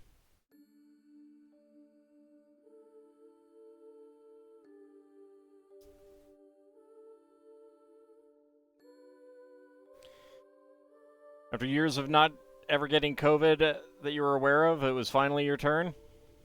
My mother has still not gotten it, so far as we know. I got it from my niece, and I will never forgive her. I gave her a ride to her mother's house. It was an hour away. She had COVID. That's how I got it. Otherwise, I would probably still be COVID-free. Heats up the potions and quaffs the hot liquid. Alright, so spare parts, a white bone, a white 1x2 half cylinder tile, a white 1x1 tile, black 1x1 cylinder tile, purple 1x1 quarter cylinder tile, and gray Technic half pin as our spare parts. And that is our wreath. It is very cute. I like the little ghosty. I really like the little ghosty. He's very cute. It is a very cute bat as well. You were the last person in your house to get it. You saw it approaching one person at a time.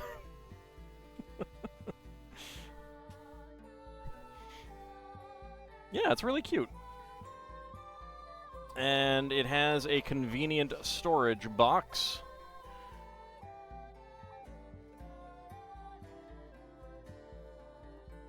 So I take the head off, the wings.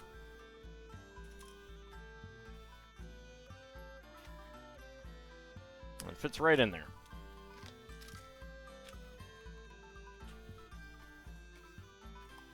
Nice. Okay.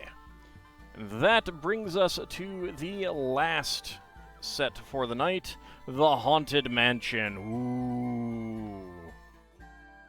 It is 3-in-1, so you can build a haunted train or a haunted ship.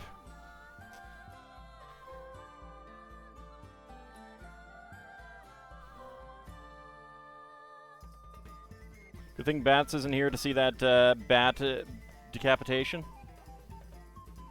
It's not a real bat, it's a Lego bat.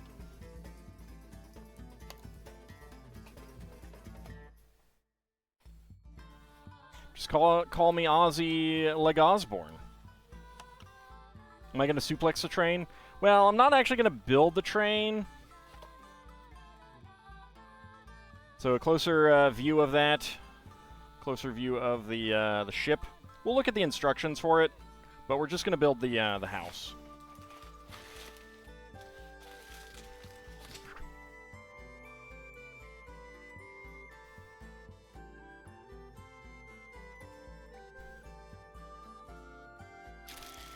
Alright, let's see. Bag number 4.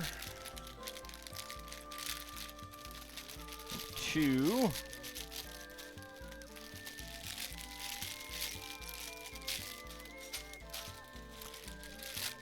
3. And this is basically like a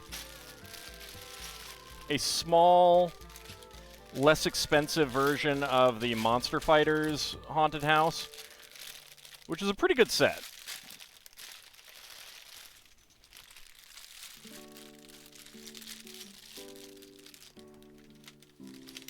Alright, our instruction booklets.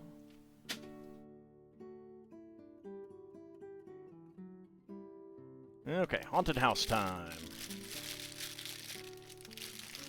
And try to take the last thing you need in CK2 for the Empire you want.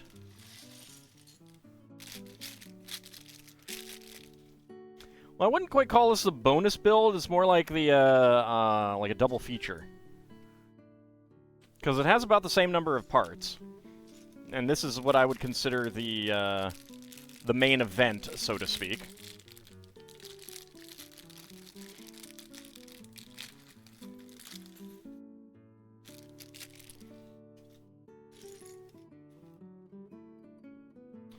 Got some gates there.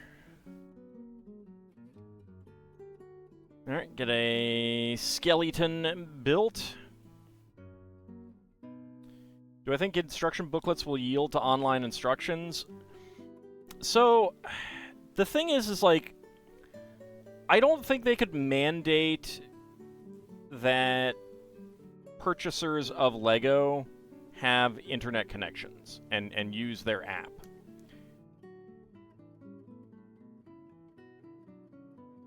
You know? Like, that's kind of...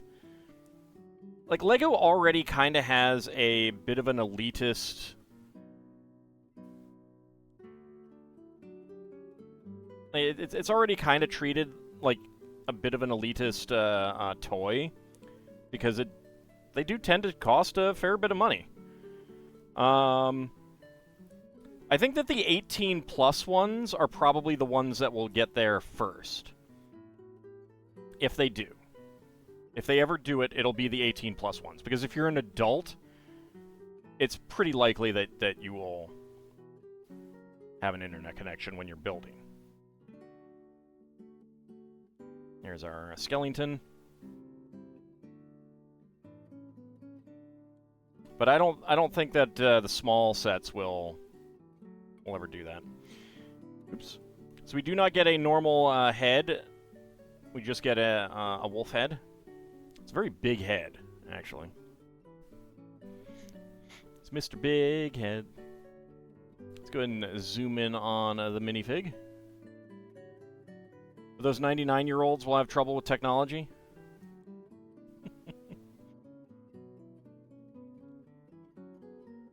Come on.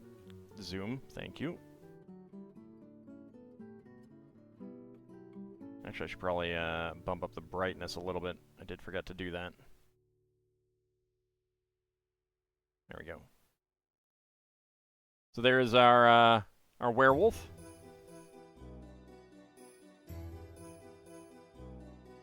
I definitely have this this mold. I'm not sure where it first showed up, but this definitely enters the list of many werewolf head molds that I have. The lumberjack is embracing his howling, yes, and he has the quite the pecs there. Look at that six-pack. No tail, 0 stars. Well, it's just you know, under his shirt. They're not pristine. Look, they're They're cut up there. This is from him trying to get change out. You know? It just happened to tear up his pockets trying to get his change out. Oh, and he's got a very big bone. Steals that werewolf fig.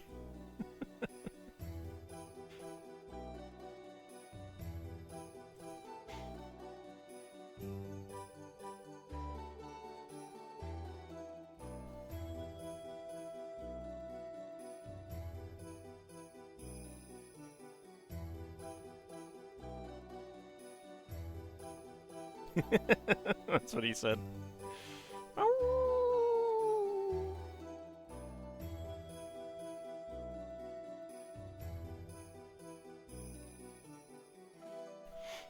I think that mold for the head has been around for a while, and I do have extra. I'm pretty sure I have extra tails, so I could definitely put a tail on him at some point. You thought those were designer pockets?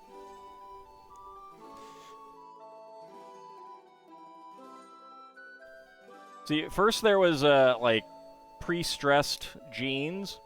Now there's pre-werewolf transformation jeans.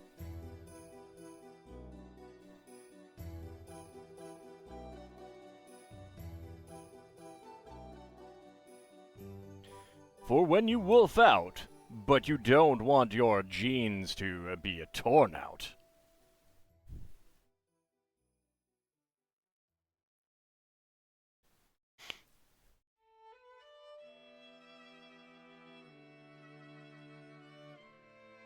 Why are there no werewolf or wolf emotes that you can access? I don't know. I have none.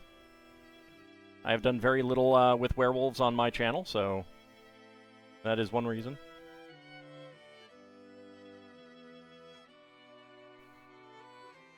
That I don't have any, I should say.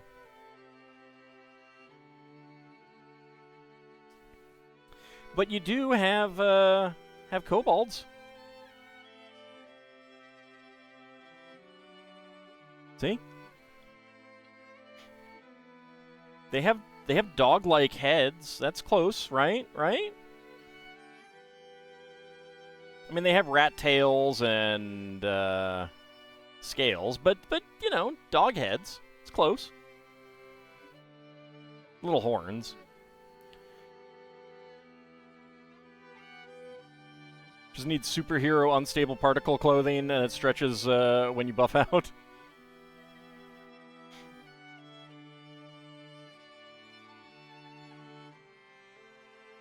You don't care about cute, adorable little AD&D kobolds? Oh, it's terrible. Did I deal with werewolves in Daggerfall? Yeah, but they're just monsters to fight for the most part.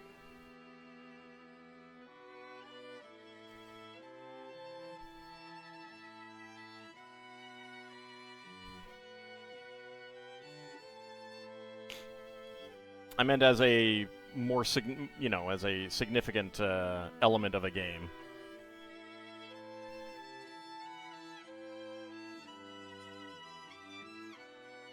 Wonder if Spelljammer explains various kobold types, like different universes of different kobolds. I do know of a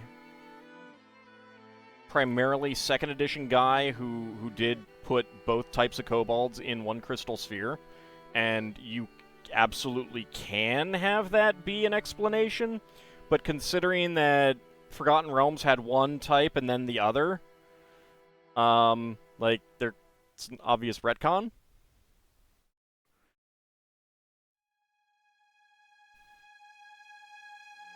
But yeah, I mean, if you wanted to use Spelljammer to explain it, you absolutely could. Does Spelljammer explain it? No, because 2nd edition only had one type of kobold, and 5th edition only has one type of kobold. They just happen to be different types of kobolds.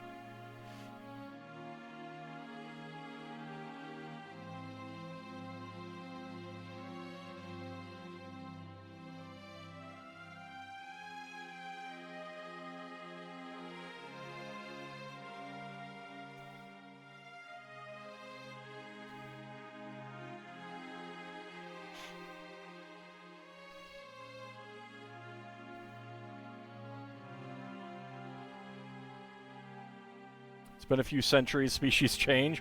Well, I mean, it just kind of happened overnight with no commentary, so I think there's another word for that. What is it? Oh yeah, retcon.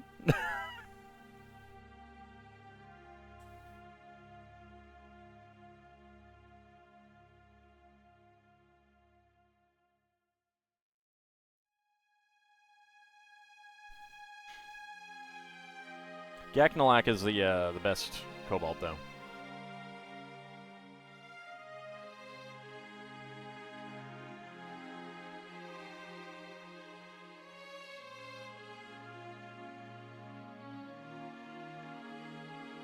He makes traps. He has hair, too.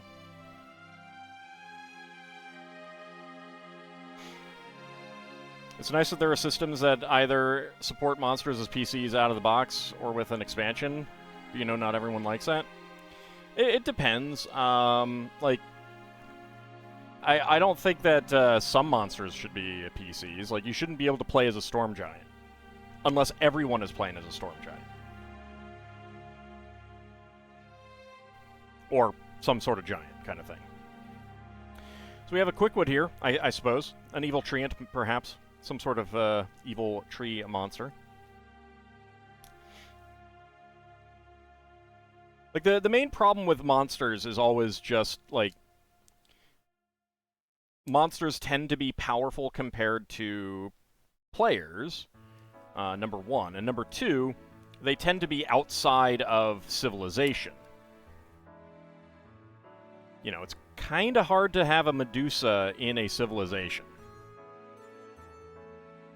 Yeah, Council of Worms works because everyone is playing a dragon. Technically, everyone has 2 PCs.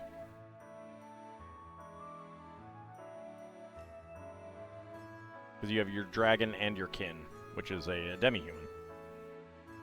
Bob the Human Mage, Alfir the Elven Ranger, Alana the Dwarven Cleric, Gunnar the Storm Giant Fighter.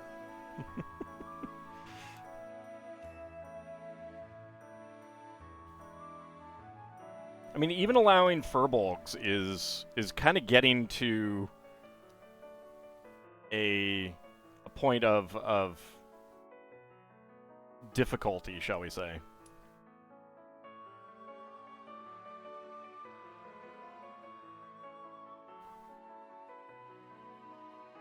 You know, but there's plenty of, that would make her either Abathor or Vergadane. There's plenty of other deities she could follow that would not have priest-thief type multi-classes.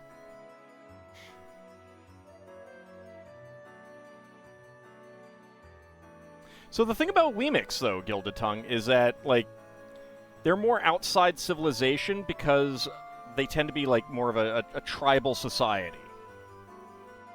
But that is definitely the kind of, like, a Wemix is a good monster race to be allowable in that you're just, like, going to be role-playing out, you know, kind of a character who's an outsider.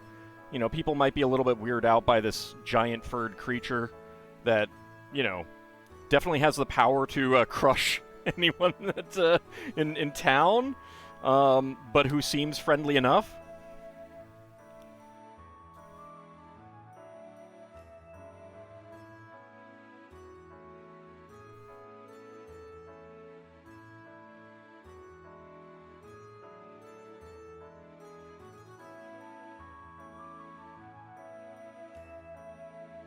So they actually, like, work pretty well, and you could definitely see that, you know, Wemix that are in, you know, live within a town for a long enough period are not going to have that kind of, you know, tribal outsider persona.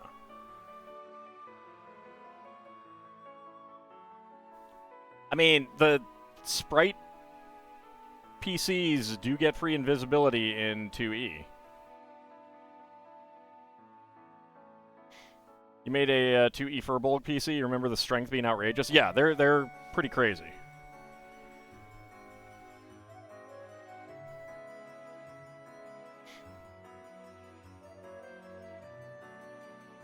I mean, like, if you have, like, let's talk about, like, the southern Forgotten Realms, with the vast plains that the Weemics live on.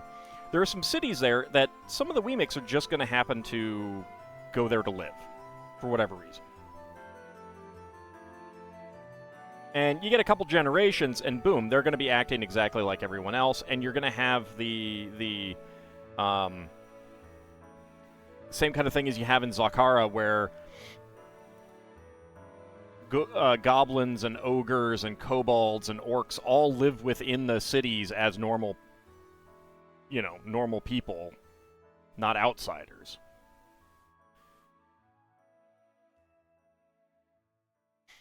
Okay, so spare parts. We have a 1x1 cylinder plate in white with eye print, gray 1x1 tile with lock print, brown 1x1 cylinder tile with top peg, brown 1x1 tile slope, brown bison horn, and a brown 3-stem plant piece. Yeah, but you'd probably have them still be a minority of a population.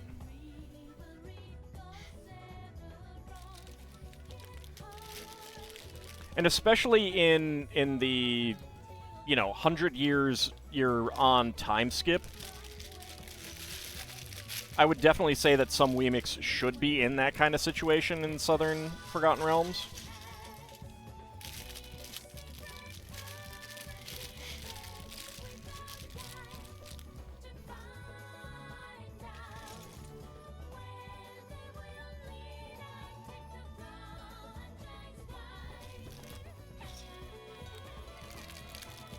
The big thing is whether their culture would want, like,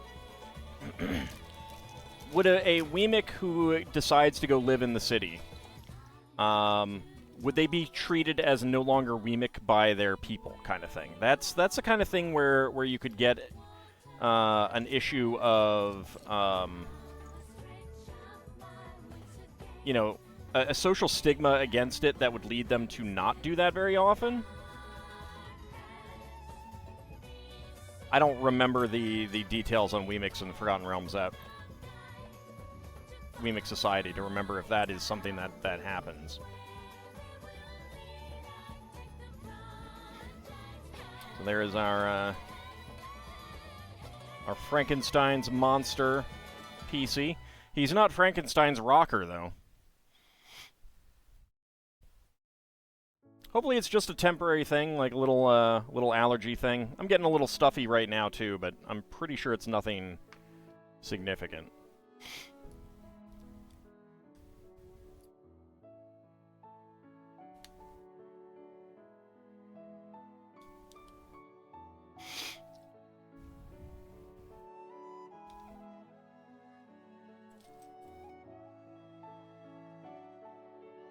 Tends to just happen to me at night.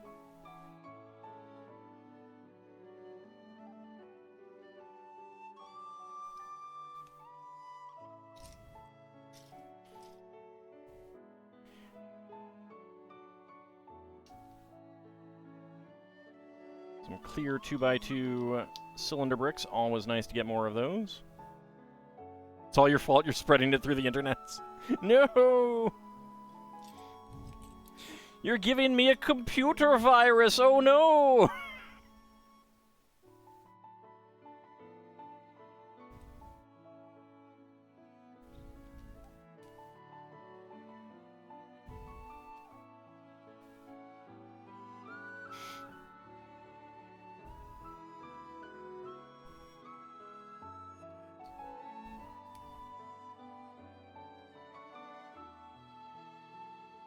Should focus on work, at least it's the last hour. That's understandable.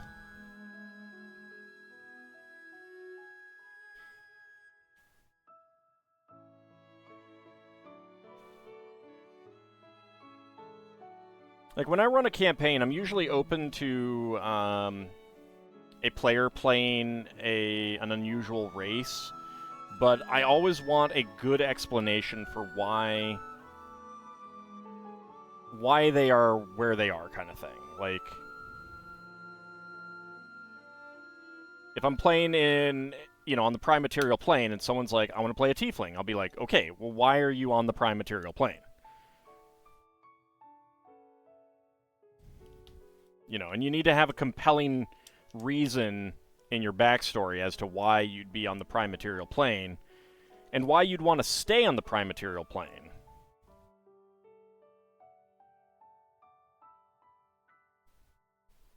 Before I'll say, yeah, go ahead.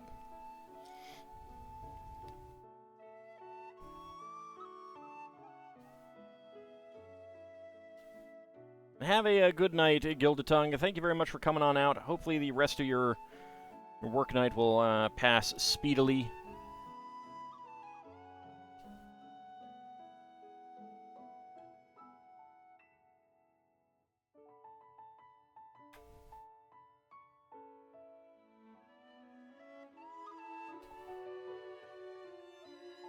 Because that's where all the hot gets grabbed by a cane and yoinked off screen.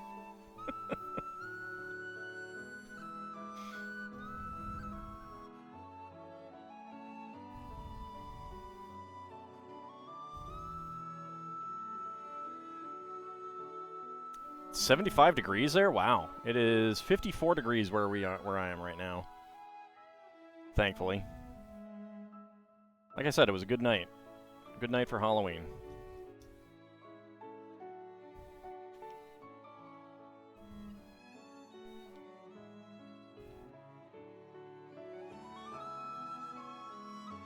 Yeah, we got some yesterday. I'm not sure how much. I should probably go actually check the thing. It was supposed to be up to 1.5 inches. Didn't get any water in the house, so that was good. I am now super duper paranoid about water in the house. For obvious reasons. Couldn't help yourself there? Hey, that's fine.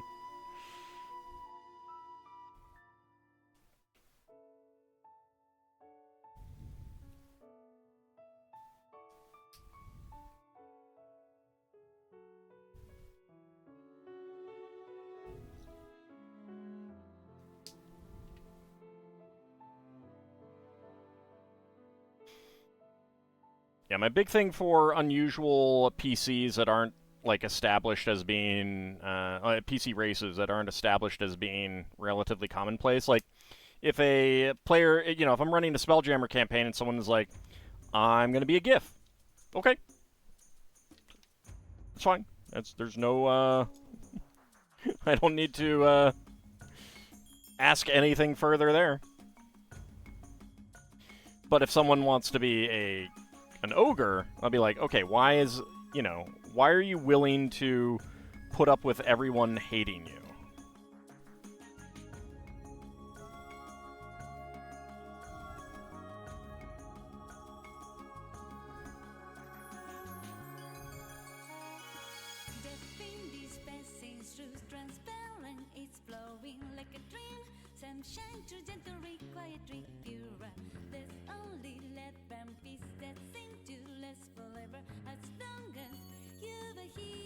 Some little slopes over the windows.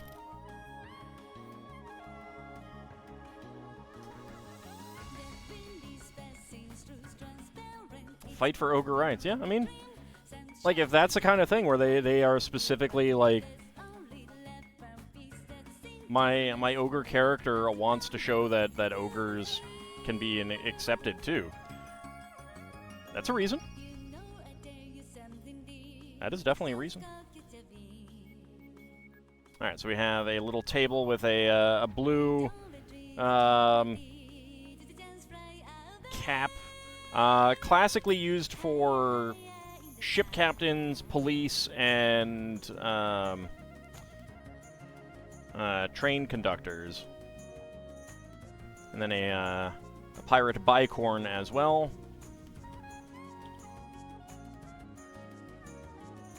Genasi do exist in a 2nd edition. That's where they were introduced. They are a planar race. So yeah, it would be, if someone wanted to play a Genasi in a 2nd edition campaign, I'd be like, okay, why are you not on the plains?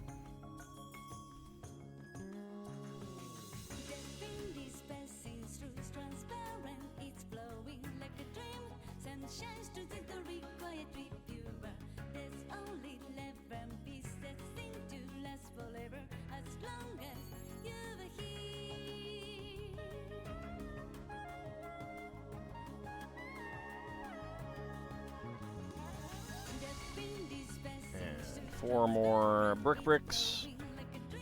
Simpsons 99, happy Halloween to you as well. Thank you very much.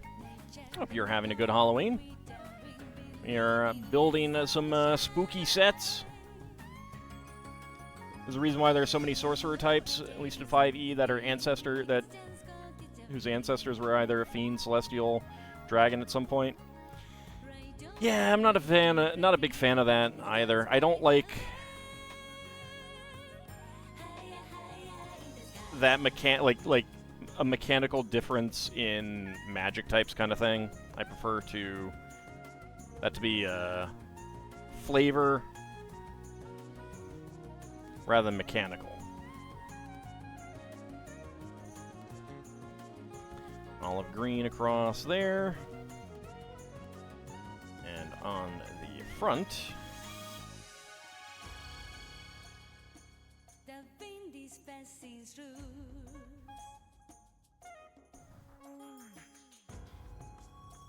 like, one of my issues with 5e is just that there's so much that's mechanical that I feel should be role-playing stuff. You know?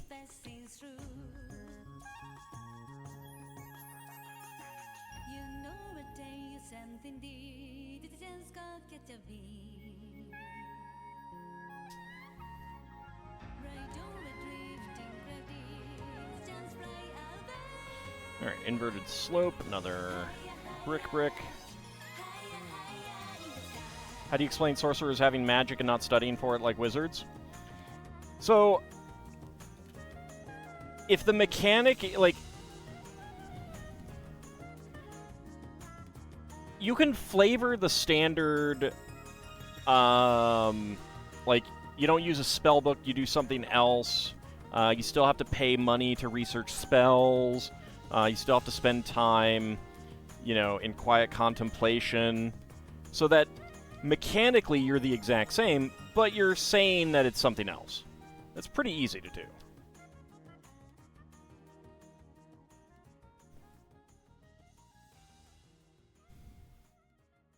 Alright, we get our angry tree right there by the window. Spare parts are a gray 1x1 cylinder plate and a dark gray 1x1 cylinder plate.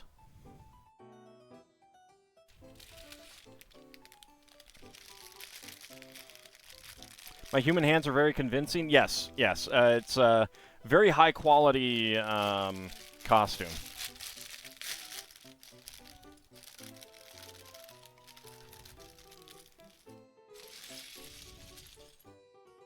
I'm going to be fair, Minor Trader. It's hard to get me to try a different system too, because I like 2E. It does what I want for the most part.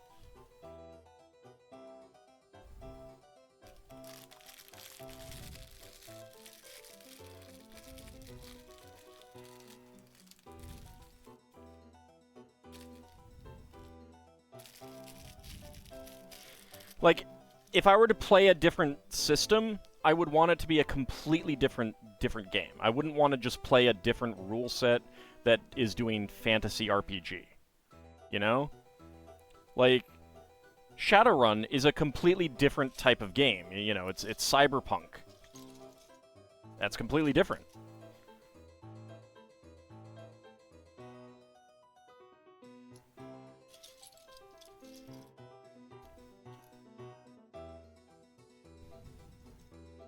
Okay, so we have the return of the Ghosty.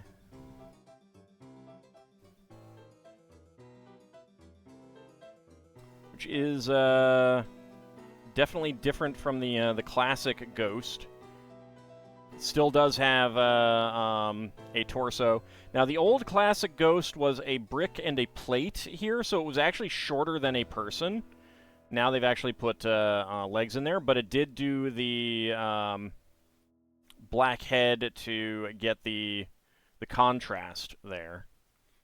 Let's go ahead and zoom in on the brand new Ghosty, which I'm very happy to see make a return. And this does glow in the dark. Not that I can really show it off. It certainly hasn't been absorbing enough light to do it. But you can tell that it is a different color than white. So it is glow in the dark.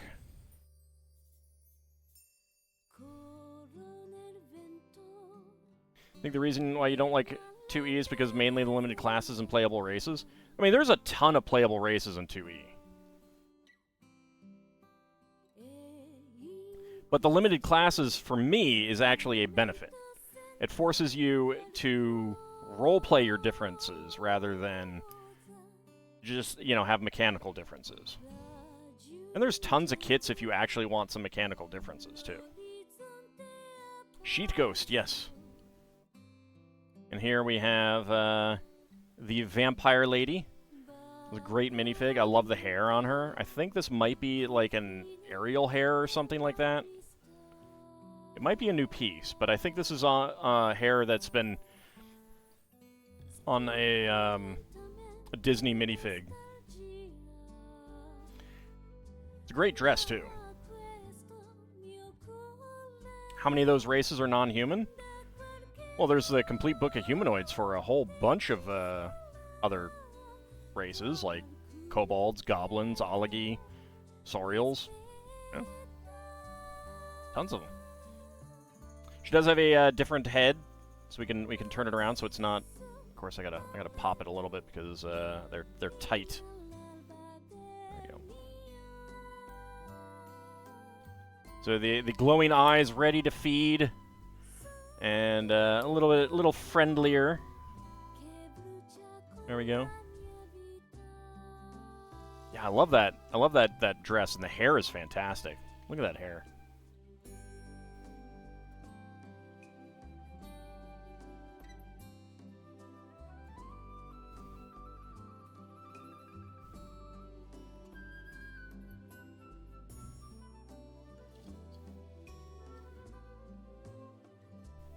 Alright, log brick. There we go.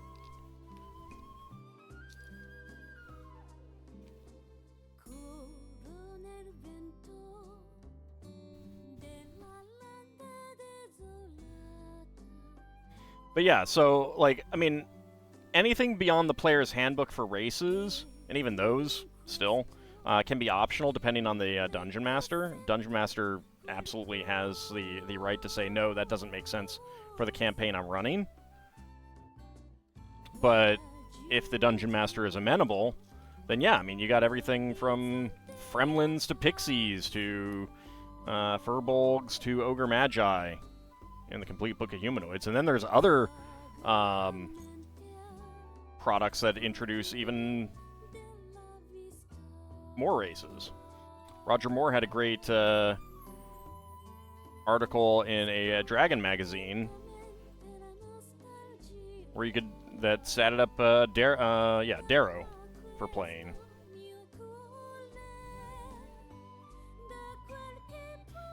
Dragon and a regular group of PCs wouldn't work, no.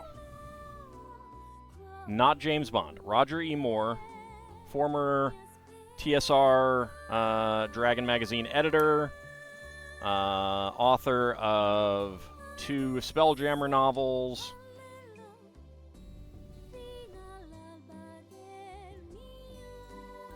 Currently working with various fans on the Wild Space magazine.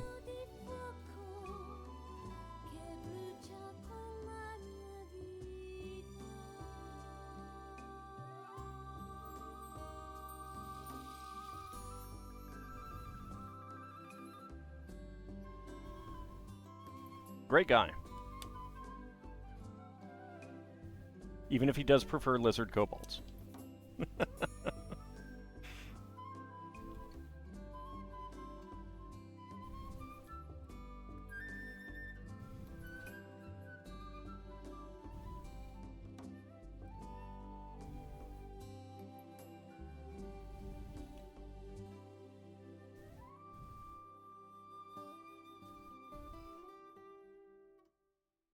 But he did a lot of great great material for D&D at various times.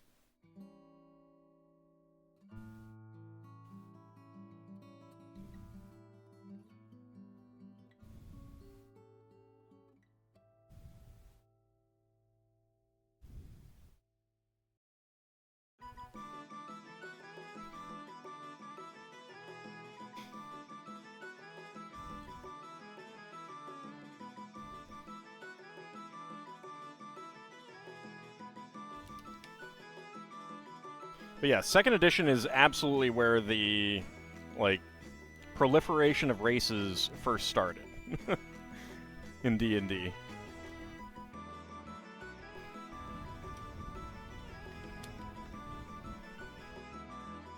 There were some rules for it in first edition, but not that many.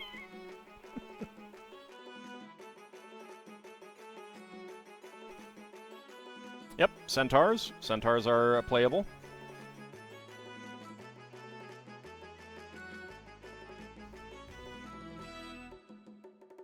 I mean, you got to deal with the fact that you have a horse body, which is going to make certain aspects of adventuring very, very difficult. But if you're willing to put up with that, yeah, you can play centaurs. And of course, if the dungeon master allows you.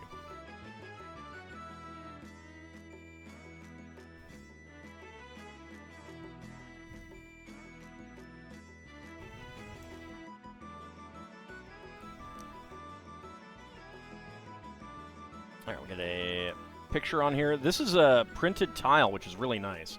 Let's go ahead and zoom in on that. Would I allow it? Depends on the game. Not every world has centaurs.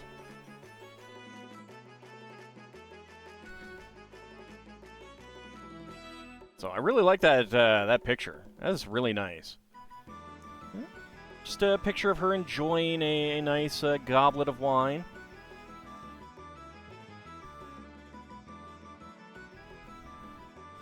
Like, centaurs were actually listed as one of the races in space, and yet it didn't get expanded upon, so... What is that pic? That's the lady enjoying a nice, nice goblet of wine.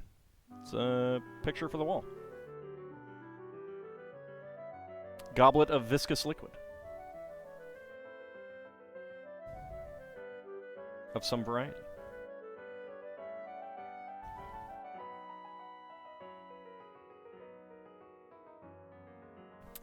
Oil, probably not. Probably not.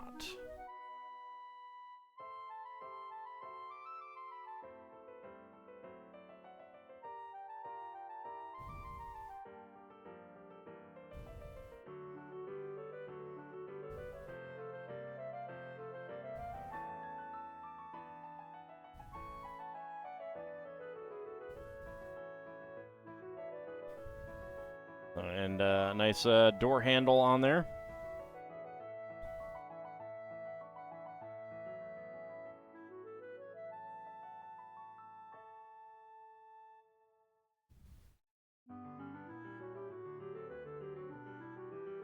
Alright, some tan 1x3 round end plates.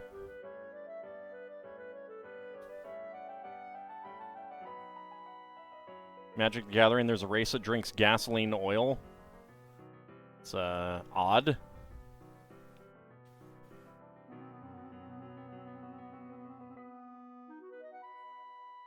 Considering gasoline needs to be processed.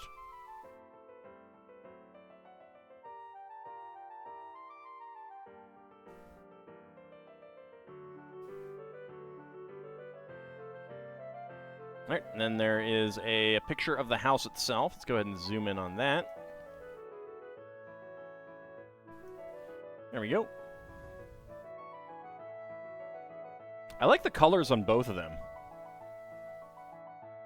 Very pink and magenta. Do LEGO stores do any sort of special kids stuff for Halloween? They might. I don't pay too much attention to the LEGO store calendars because it is primarily aimed at kids, and it always means that there's a lot of people, and that I don't like that. I don't do well with crowds these days. The standard LEGO stores, like, everything that they do is open to adults as well. But there are LEGO Discovery Centers that are not. Like, you cannot go into them without a kid. Lego store in New York City literally had a line for blocks. Yeah. And I get the joke. But yes, sometimes they do have lines and stuff.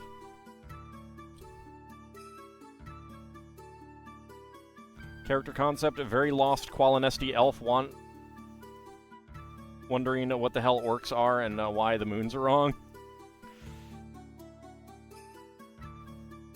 So that kind of gets to an issue that I have. If you're like a lost character generally wants to get home, what do you do when you find your way home?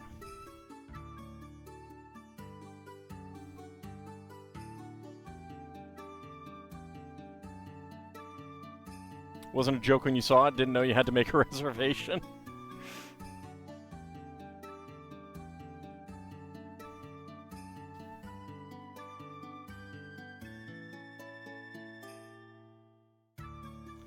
Luckily, most of the stores are not that crowded.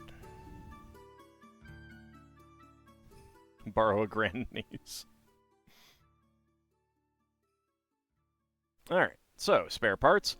Dark gray 1x1 quarter cylinder tile and a black 1x1 cylinder plate with a bar.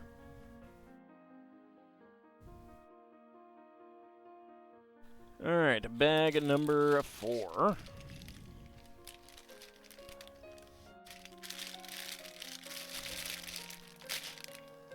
I mean, that was freed in the novels, I believe. Wasn't that Sylvanesti?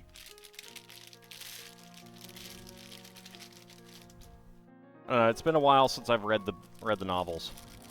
Started Champions of Krynn up recently again. Your recent original playthrough is on another computer. It's where your cleric somehow didn't seem to be able to do spells anymore. Weird.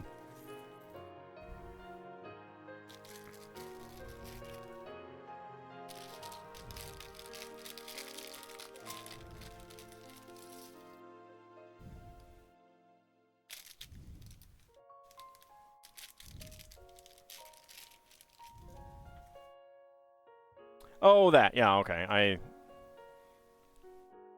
I read some of that and was like, yeah. Yeah. Like at that point, Takhisis has stolen the planet. Which I kind of feel was like done specifically because the authors were like, they keep integrating this with the main D&D multiverse, and we didn't want that. And it's like, tough shit. Get over it.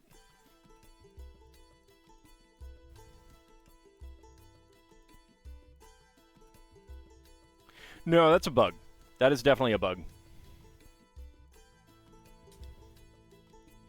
It's not a bug I'm familiar with, but that's definitely a bug.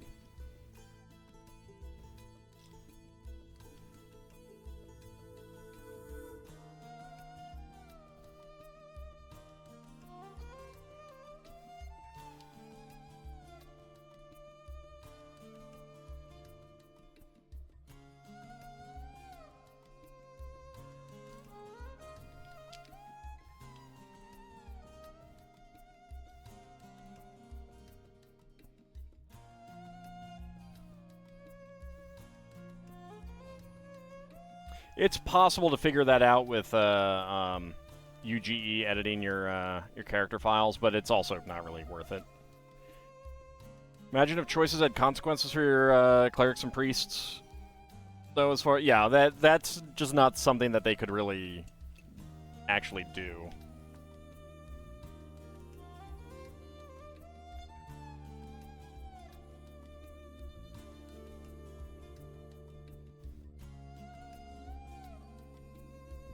I think officially the D&D and Magic the Gathering do share universes. I'm pretty sure there was a Magic the Gathering character who showed up in, like, the Forgotten Realms.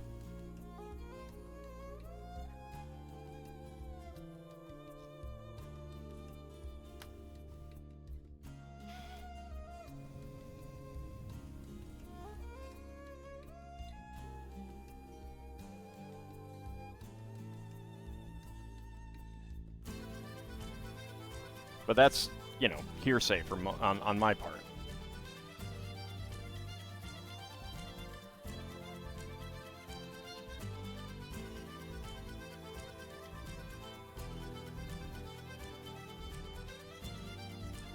Well, I mean, it depends on what the thing is.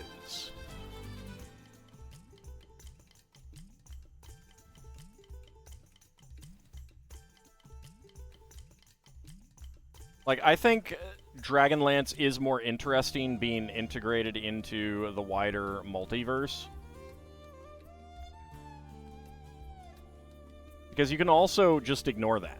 If you don't, you know, if you don't want it to be. If you are playing Dragonlance and you don't want it integrated, you can just ignore that.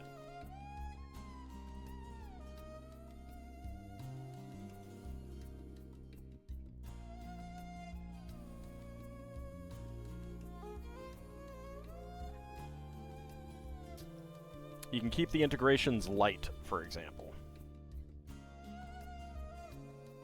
That's how Spelljammer did it. Howdy, Shield of Hope, how's it going? Happy Halloween!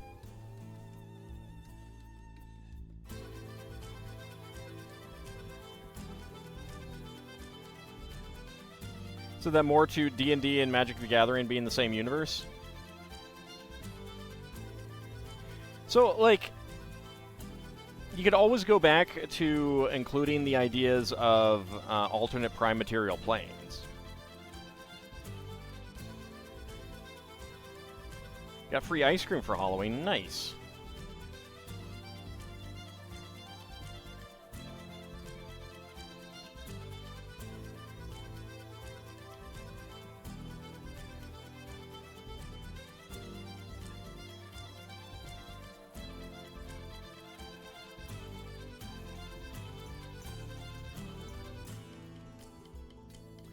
I mean, you could also just, like, write up the Magic the Gathering stuff with D&D rules, and then leave it to the individual dungeon masters to decide how they connect, kind of thing, too. Like, there's also no real requirement to make big, detailed connections and stuff.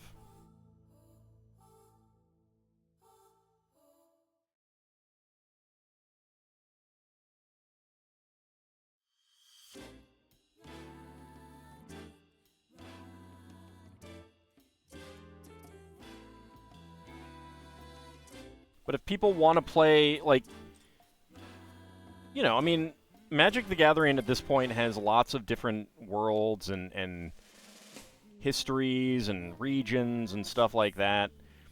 If someone wants to play that in D&D, you know, they can publish books for that.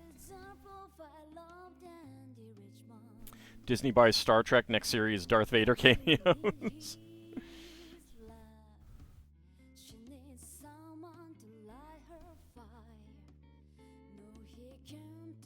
I'm gonna skip this song. I should probably remove it from my list.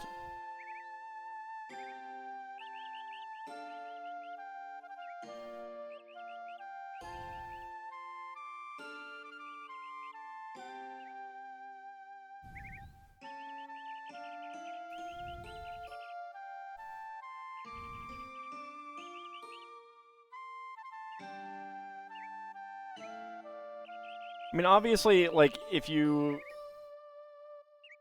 I'm talking about, like, integrating things that already are set up to do well with integration.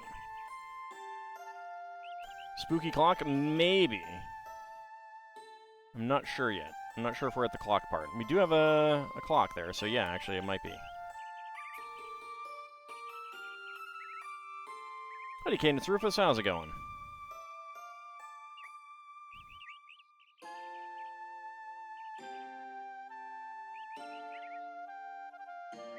Yep, looks like it is going to be the spooky clock.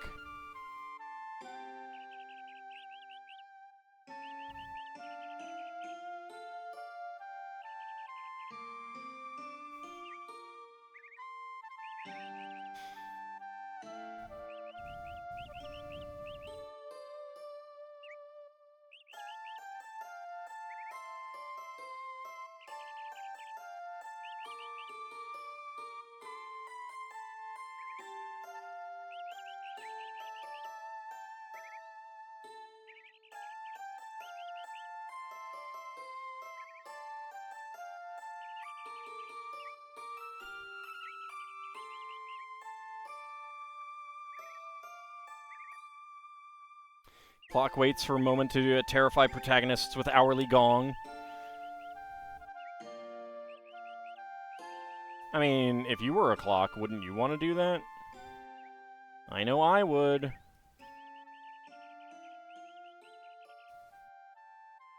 least it's not the Silent Hill 1 clock. Okay, so that is going to go on there.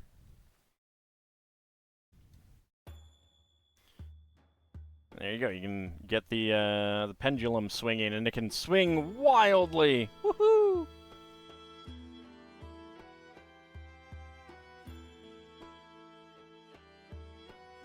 Hope you get a second win. You might not make it. I mean, that's okay. If you get tired, you should get some rest. Considering that I fell asleep an hour late last night, and woke up an hour early, I totally understand. I totally understand.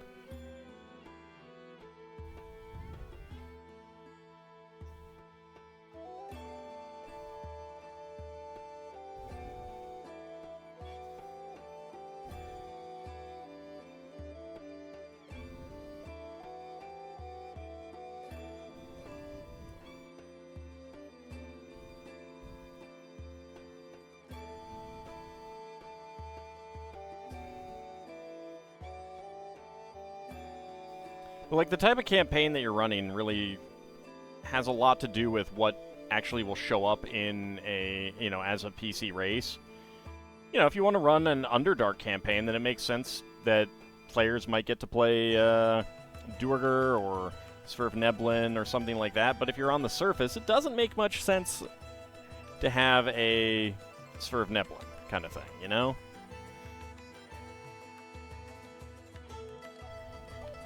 And you're once again back to my view of a dungeon master should be asking, why is this character here? What are they doing? What is their...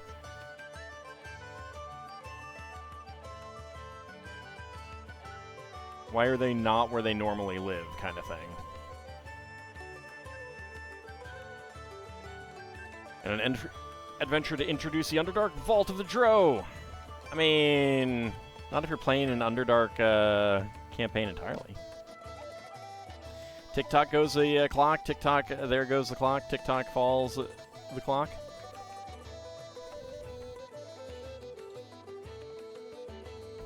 I didn't even notice that you misspelled both words. I only noticed one of them. Way to go, man. Way to go.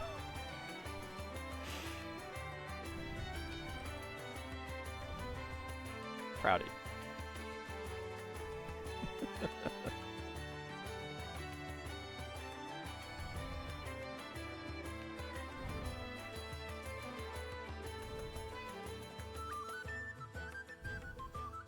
Queen of the Demon Web Pits is so fun.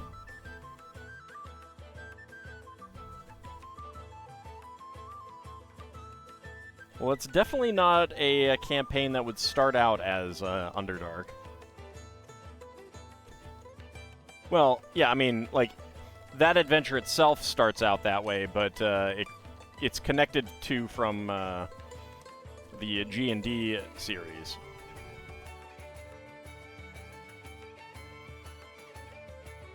And you wouldn't be Underdark races.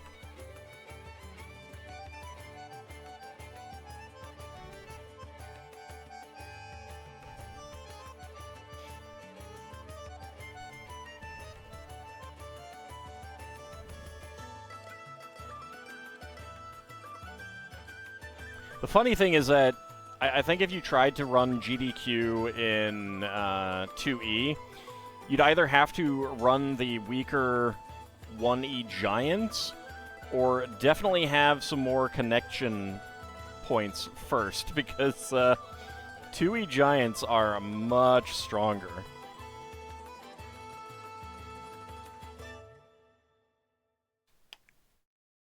Much stronger.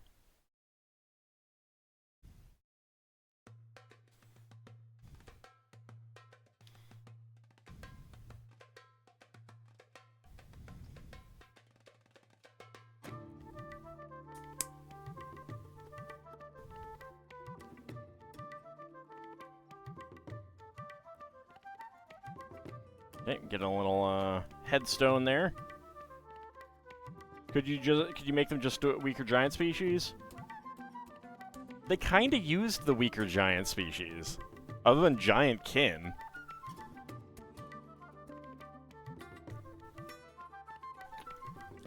There should definitely be a penalty to armor class and a penalty to hit for crawling.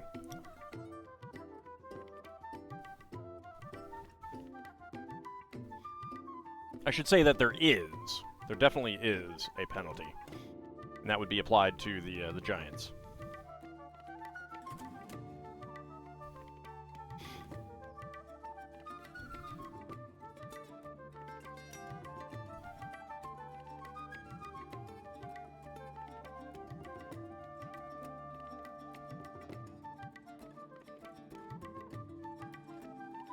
Another headstone right there.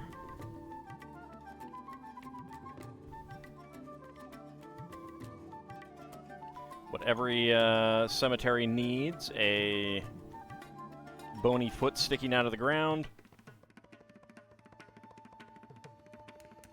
Yes, but that was silly.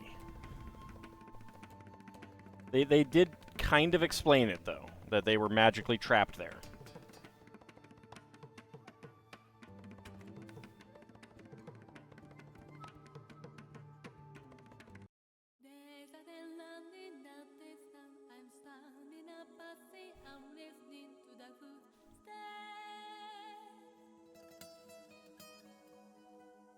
Okay.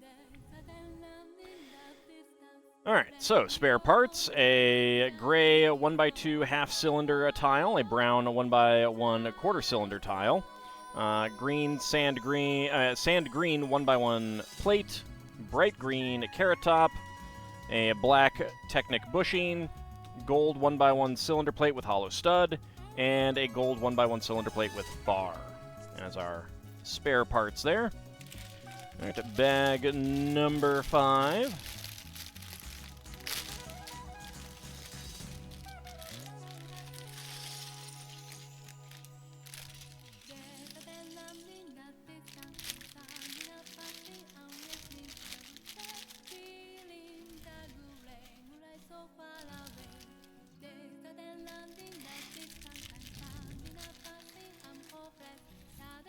I mean, caves can be pretty big, so you could definitely have caves that are large enough for giants to move about in.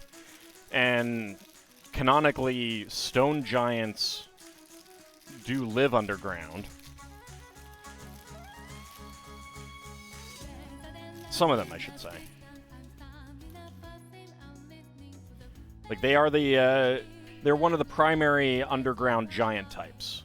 The other being, Fomorians.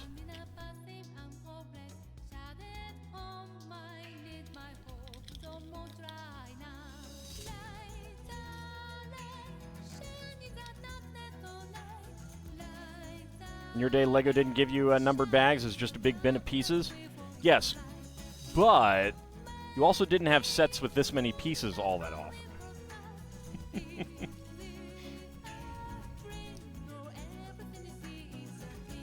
Rovaljack's getting a watch streak. Very nice. Thank you very much.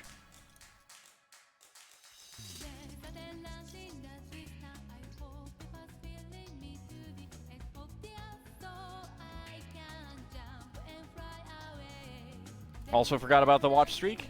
Nice. So you can get the higher streaks if you come to the Spelljammer streams as well, remember.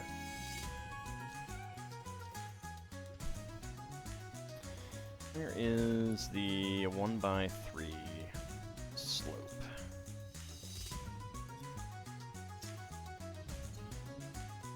There it is.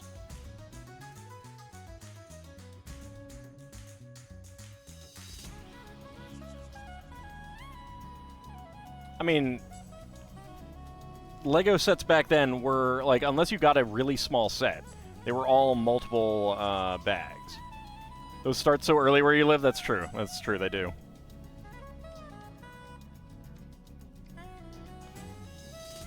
What is that, 7 a.m. or 6 a.m., something like that for you?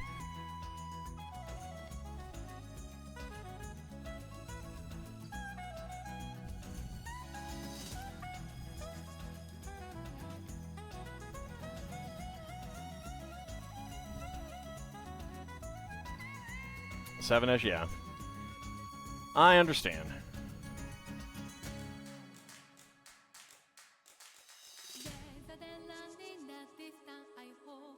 They were not. No.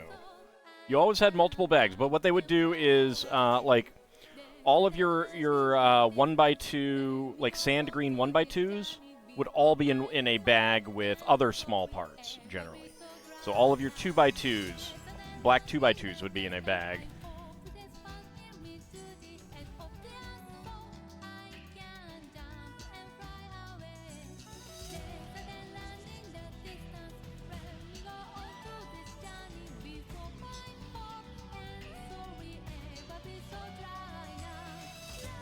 They all had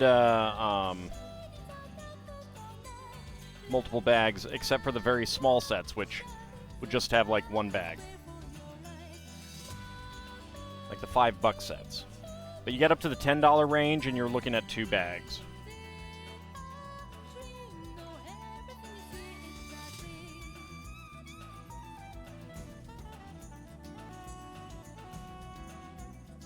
And if you keep the parts in the bags as you're building, it's usually not too difficult to do the big sets.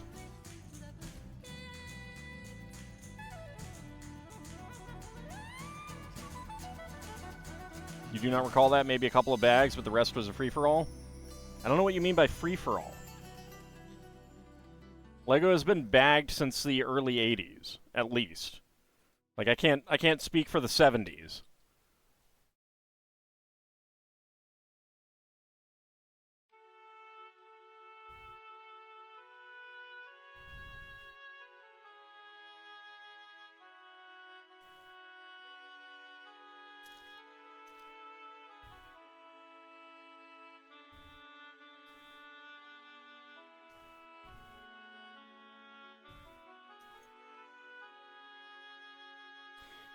All right, another brown inverted arch. There we go.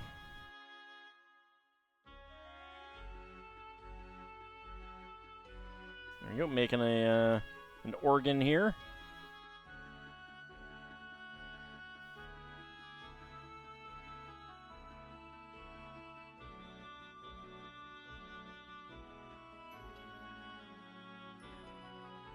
There was a blister pack for on the sets that were like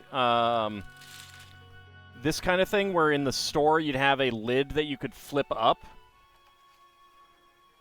You'd have like it would depend on the set, but some of the large ones you'd have like a section so you could see all the bags of the parts, and then a few parts here as, you know, showcase pieces.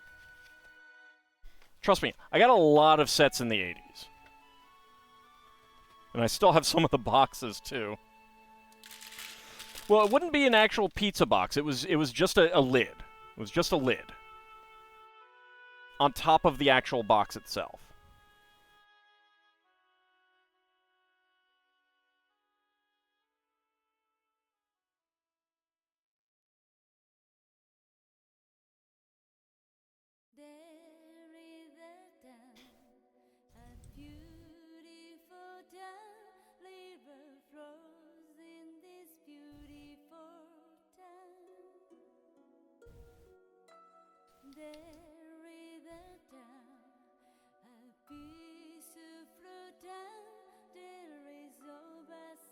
Two by two slopes here.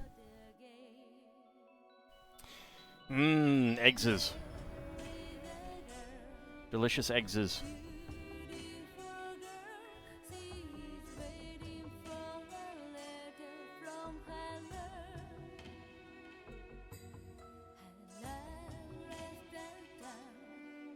But at the very least, since the very early 80s, Lego has had almost all of the parts in bags.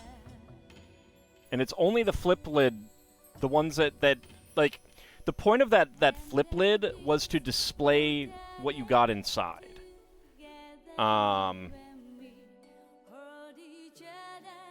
And they had some things in the blister pack, usually special pieces. Like, you wouldn't get a 2x4 in that. You would get a door, you'd get, like, I remember this one universal set that I always wanted, or no, basic set, that had a basically a refrigerator piece. It was like the 2x3x2 container, but two of them stacked on top, so it could take 4 drawers, or a larger door.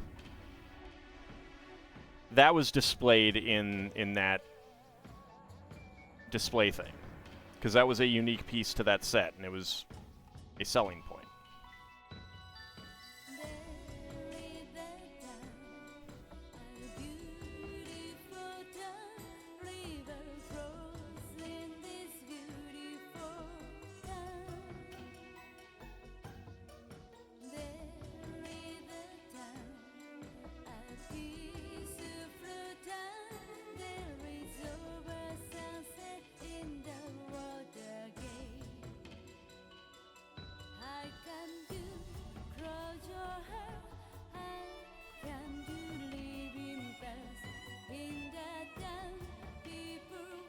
Well, I'll ask this. What is the time frame that you're thinking of?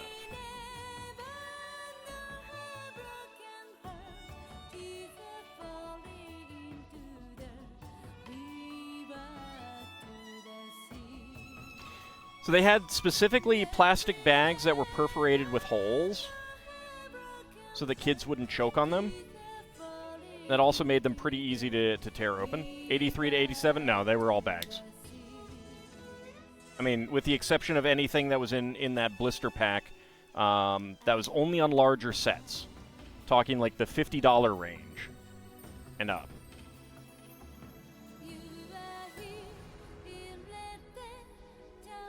You had for smaller sets that are in the maybe not $50 range, but maybe $40, $30 range too. Some of those. I'm definitely remember some of those had the front lid, but certainly $20 sets. They had the let's see, the side like the two sides were kind of like this, but rather than the flaps on the side, you'd have the flap on the bottom and it would fold in, and you had the slide out tray.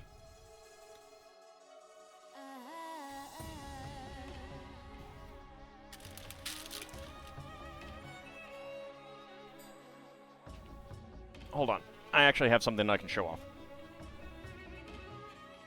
Give me just a second.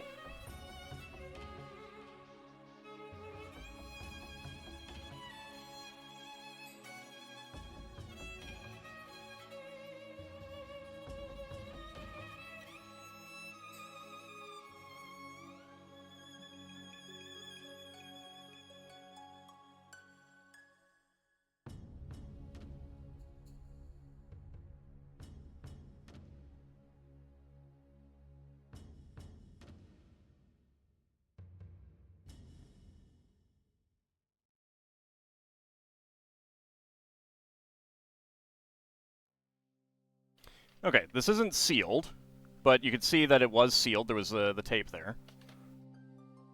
Open it up. Slide it out like that. And then you'd have the bags of the parts inside. There were a few that Velcroed, but for the most part, they were not. For the most part, they did not Velcro. They were just flip lids. So you had the tray like this. And you just have the plastic bags loose. Since this doesn't have a flip lid, you wouldn't have gotten the blister pack tray in this kind of set.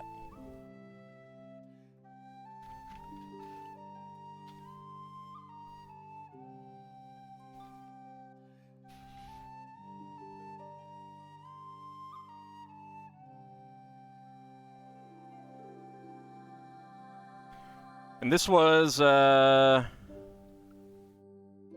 1988-89 here. They were still doing the exact same thing with this. This one is 1995. So again, no flip lid.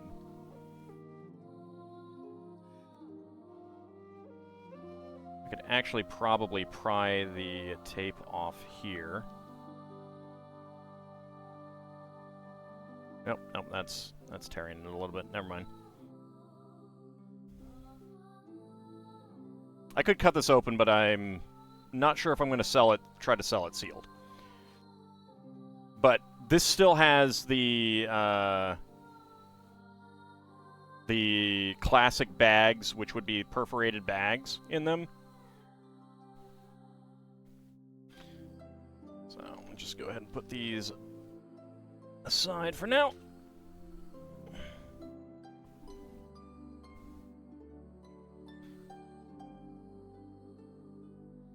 There may have been some like that in the 70s, but I don't think so, even then. I don't know how the sets were packaged in the 70s very well. Oh, like mid-70s. I'm sure by the late 70s, they were already doing the plastic bags. If you go back to the 60s, when they were basically just bricks, then they did have it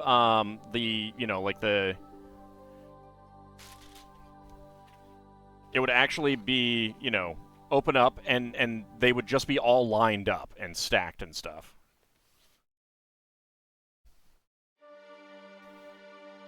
But that's the 60s.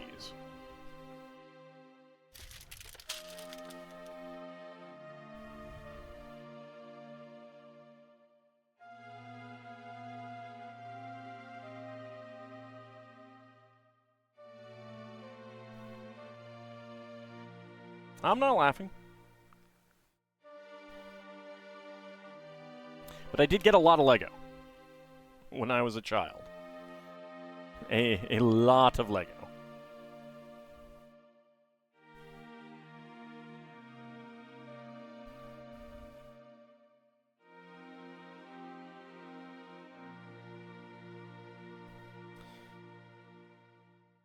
Alright, let's see. This goes right here.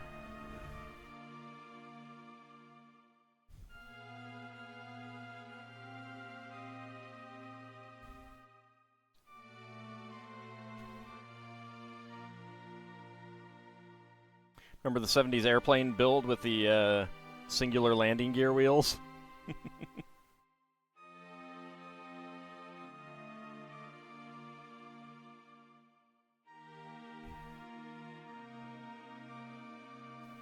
Yeah, I mean, if you want to go down a fun memory lane, go to Brickset and search for sets by year.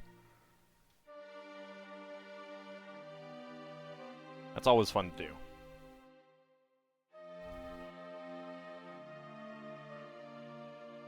See the sets you had, or the sets that you wanted that you saw in the store that you couldn't get, or sets that you didn't even know existed, and you're like, oh man, I would have loved that when I was 5.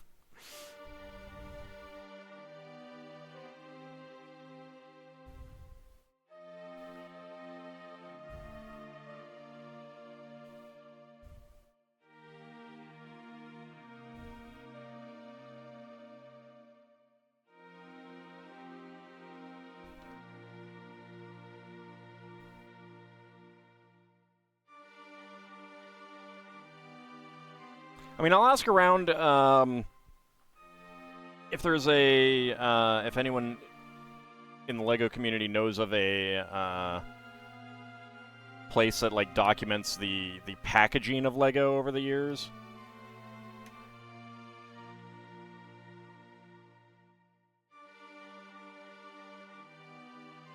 Because there's definitely people who've documented other aspects of LEGO over the years.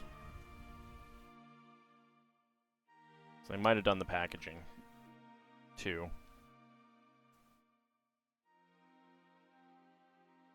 In the LEGO carrying case, which could barely contain one set. The red suitcase-like thing.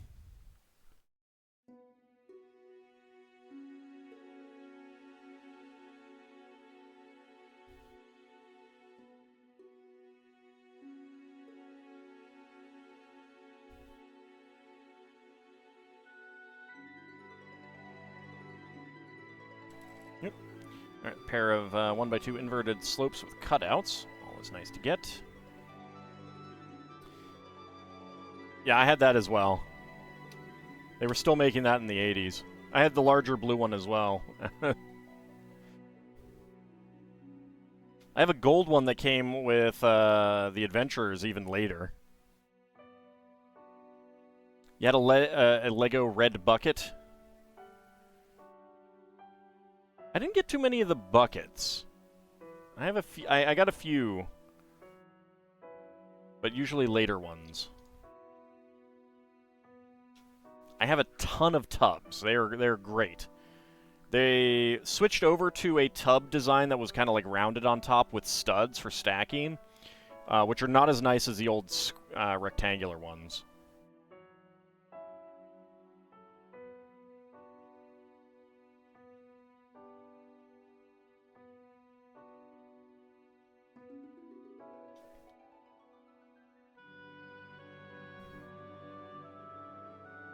Two by two, 4x4 corner plate right there. Always nice.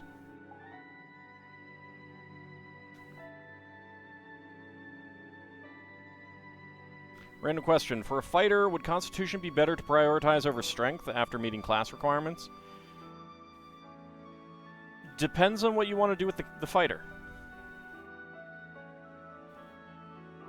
And it depends on what your stats are. I like... That's kind of the thing about AD&D is that you can play them different. Like I knew a guy who his favorite character of all time, who got killed when he wasn't even there. He was not happy about that for obvious reasons. Was a fighter with 9 strength and 18 constitution. Because he was happy to like tank for the other party and take all the hits. And yeah, he was really pissed off when like he missed a session, came back, and they're like, your character got killed. I would never allow a character to be killed when the player isn't there. That's just so wrong. Also, director sets back then, genuine nuts and bolts. Never got into those. I was always a Lego kid.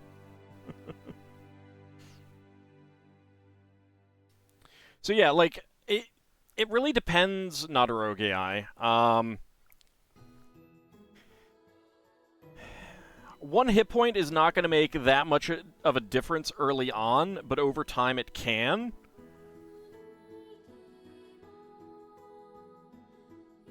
Like, Braxton can take so many more hits than Ocker in the Spelljamming campaign.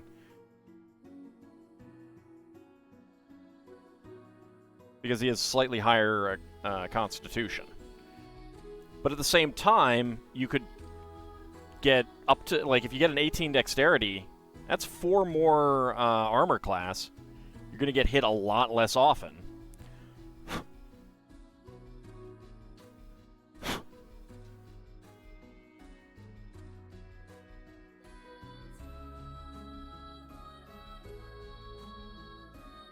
Erector set seemed like a missing link between toy and vocation.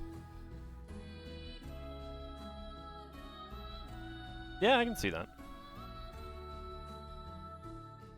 So that's why I say, like, it depends on how you want to play the character.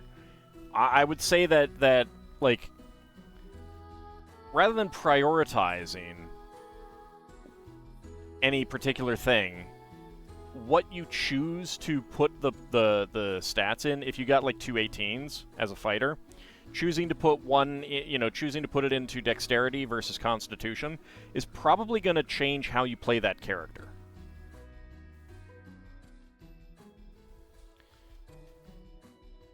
Like with a high dexterity, you'd be a great, missile weapon fighter as well.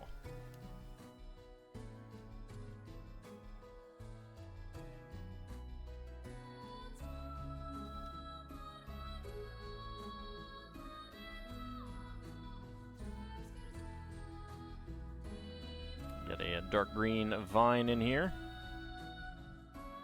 So that's why I would say that it's not, like, there's no best there. And I wouldn't want to look at, like, there are people who will, like, try to math out what's better, to have more hit points or to have higher dexterity. And I would never do that, because that feels like you're going to take the fun out of the game, in my opinion. All right, spare parts, dark gray 1x1 plate, and a trans orange candle flame. All right, the last bag. Bag number 6.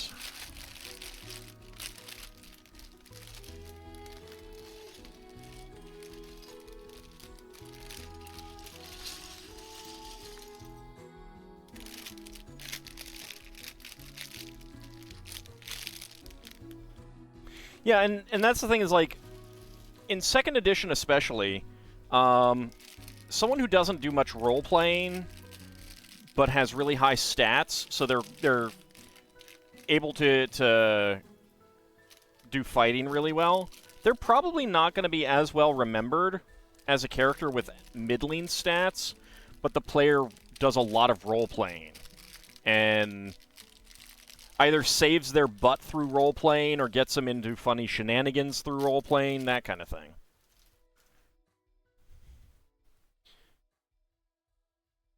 You know, like that first game that I was in, there were 9 other players at least. May have been up to 11. I can't remember the exact numbers. I don't even remember my character because I wasn't very, you know, like, I was new to the game. I didn't know how to roleplay, really. I was just learning. But the characters that I do remember were the Minotaur and the Kender, because of how they were role-played.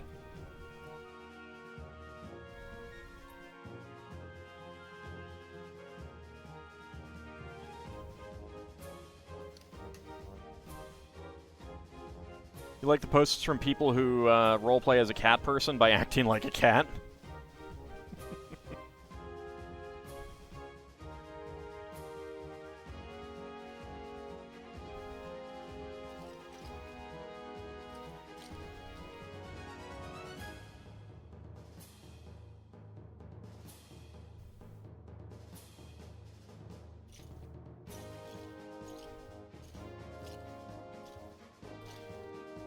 Like, there's a guy that I have been in a long-running discussion with, and I've mentioned him before. He's clearly a guy who's come from 5th edition. And it's like everything is like min-max to him. He was talking about how easy it was to get ship maneuverability classes increased in Spelljammer, and how his players were putting all their points into specific non-weapon proficiencies to get these maxed out. And my response is like, you know, you shouldn't let that happen. You're going strictly by the rules rather than thinking about what is good for the game itself. And, like, I guarantee they don't, like, they're not thinking about their characters as actual characters, and they're not going to remember the characters themselves and what they did. In fact, one of the games that he was running, the player, it sounded like they stopped that campaign and started a new one because the characters got bored, because they were just running around attacking everything and killing everything because they had mathed everything out, and he let them math everything out to get incredible, ridiculous bonuses. Like, he wasn't, you know, he was allowing them to put, you know, a mechanically legal number of light catapults on their ship without looking to see whether the ship should be able to take that many light catapults.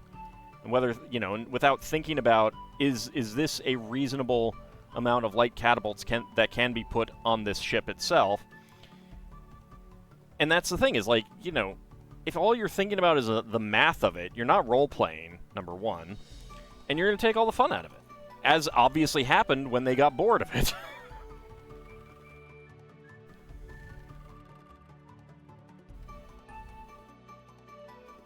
You reimagine the fighter class in your Dragon Quest remake, gave them MP, and by adding their hit points and MP at the time, the result of that equation makes them do something from a variety of skills, either aggressive or defensive.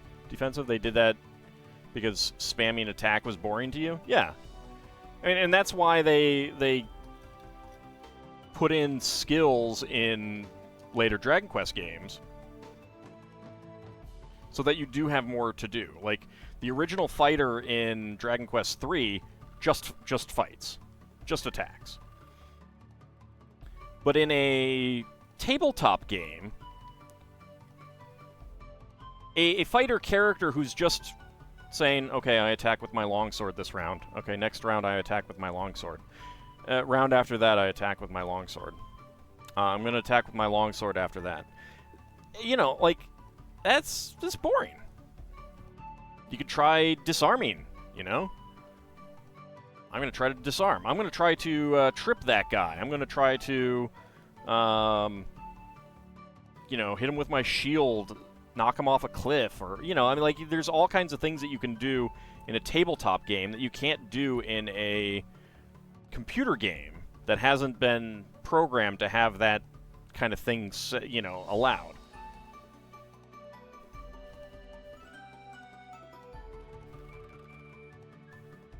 You know, like, if the game has set you up so that you can do a special action next to a cliff, a computer game, to push an enemy off a cliff, you've got that, but they program that in. It doesn't, you know what? I actually do not want to put that down there yet.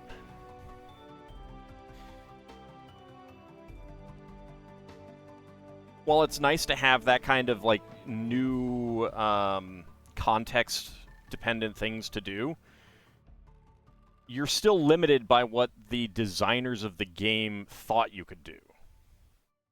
You make the DM read the grapple rules.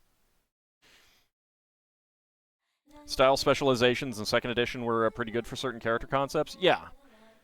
But also they could be overpowered if the Dungeon Master allows certain things as well. Like, the same guy was like, it is unconditionally best to put your, you know, to get the style specialization and weapon specialization and, you know, these other additional weapon proficiencies, and there's always a way that you can handle that.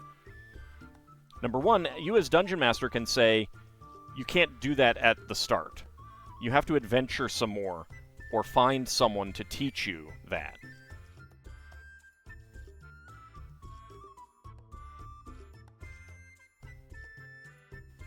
You know, if there's a powerful combination, it would behoove the Dungeon Master to figure out a way to make the players work for that, if they want to allow that at all.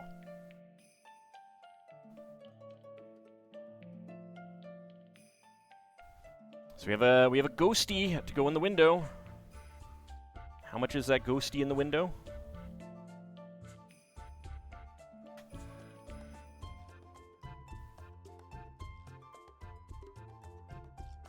See, I make the players read the grapple rules. If they want to grapple, like I've said, if you want to do any of the special moves in combat and tactics, you're absolutely welcome to do so.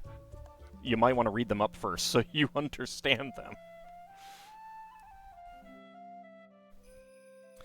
Ald would have loved the 3.5e a Weeaboo Book of Fightin' Magic.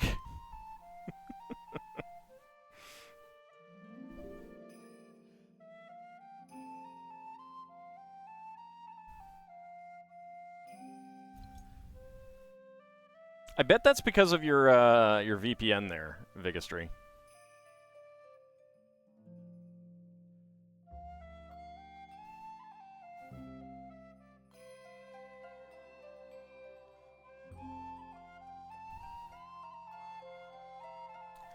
I don't think that I have seen them do what amounts to a crown gear setup with these cogs. That's pretty cool. I like that. I don't know if I would have thought about that.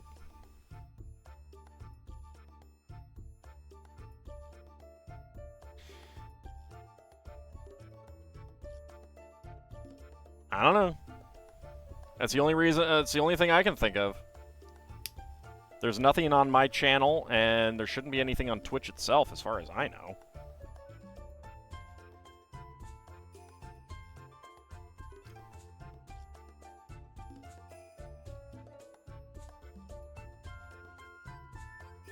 Yeah, there were some high-level things in DM's option high-level campaigns that do kind of similar things. Give various players new powers when they get beyond level 20, and I don't like that. I don't use those.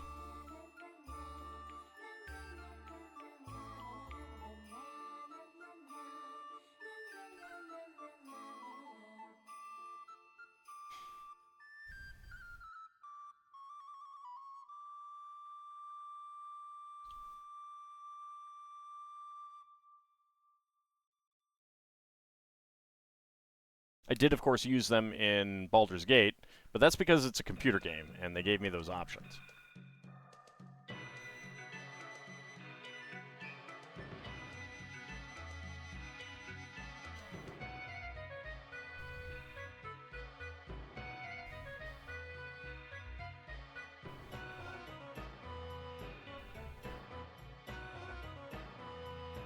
That guy that I was talking about is like, he wants to run everything by the book, and really just kind of like thinks of DMing as being the computer for your game, as opposed to actually thinking about things. Like, what makes sense here?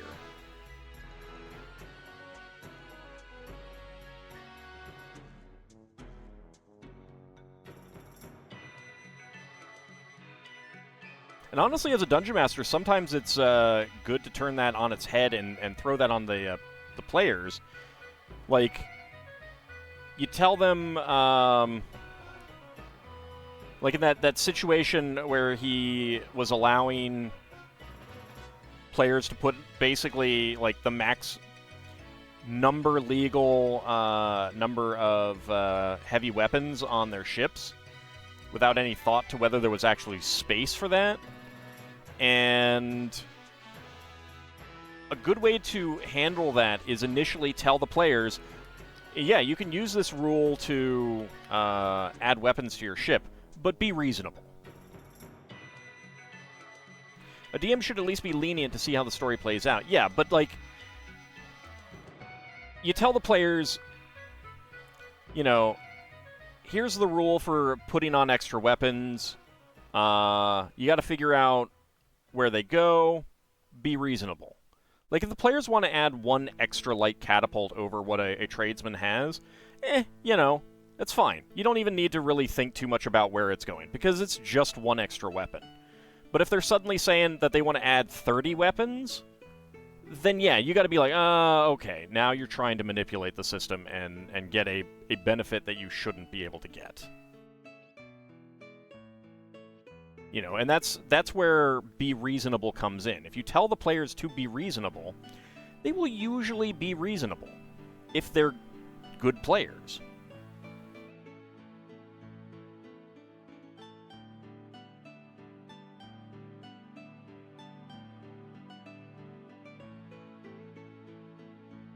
You know, and that's why also, like, you know, if your players have created characters that are incredibly awesome at one specific thing, like they're just absolute monsters with longswords, never give them a magical longsword. They never find a magical longsword, ever. I mean, you know, not necessarily ever, but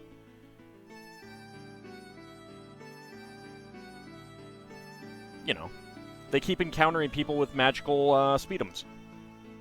Ranseurs.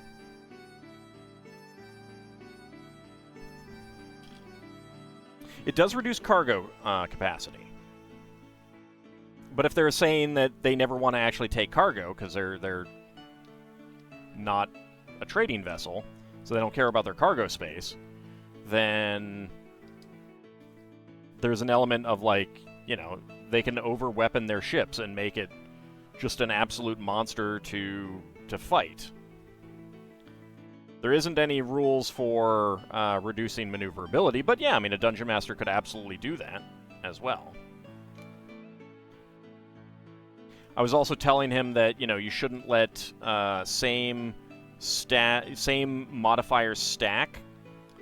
So he was allowing his players to get up to +3 extra maneuverability class points, and I'd be like, only let them have one of those.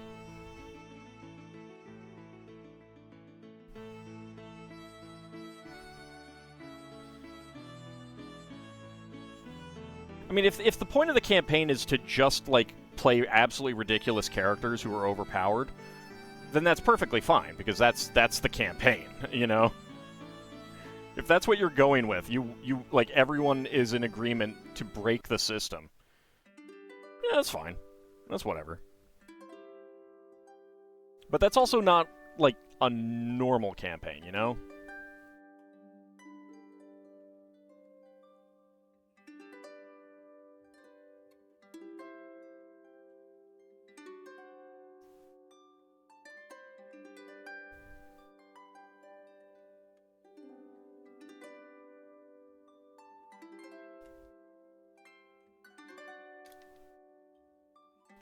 But yeah, like, if I had a player who, like, made his character specialize in longswords and used, you know, 2-weapon fighting style, took ambidexterity, which I personally don't allow, but let's just say I was allowing it this time. And so he's fighting with 2 longswords, and he's taking the 2-weapon fighting style, so he's spent all of his weapon proficiencies on longsword. Then I'm going to start throwing enemies at him who try to disarm him. You know, the party will not find a magical longsword, so that, oh, suddenly you're up against a werewolf. Now it's a question of, do you use that weak weapon that you're not good at to actually injure the enemy, thus play into your weakness? You know, or you do, you know, a player like that, though, is probably going to whine about that. And it's like, hey, life comes at you fast. Sometimes you got to adapt.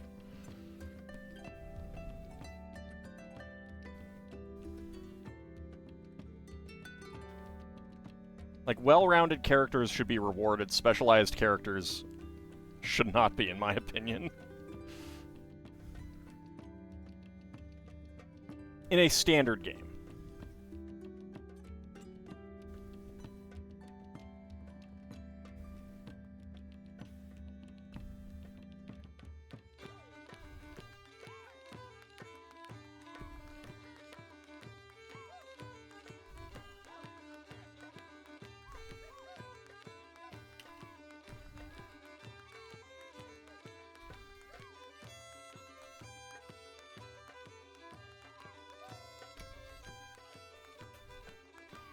Turn off my phone alerts, because it is stupid that it is 10:30 and I'm getting spam messages. It's ridiculous.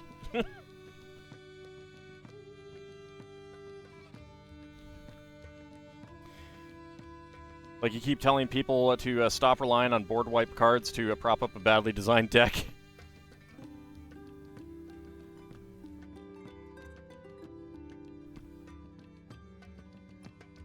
Yeah, I mean, if there was a judge who could change the conditions of a game and thus, you know, penalize someone for a specialty.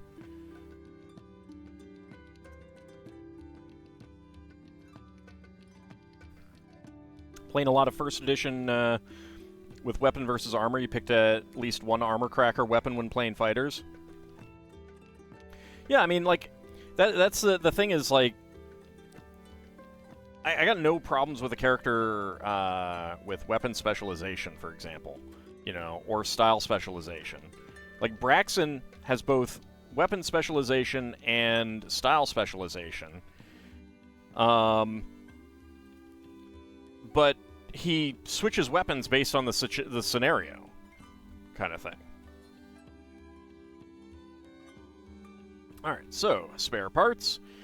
White 1x2 cylinder tile, half cylinder tile. White 1x1 quarter cylinder tile. Sand green 1x1 tile slope. White 1x1 cylinder tile with eye print, and a red, trans red gem as our spare parts. And you can fold up the house, or you can open it up, which definitely does look good. Like, I like it when it's open. And the ghosty, you can have the ghosty peek in the window. How much is that ghosty in the window?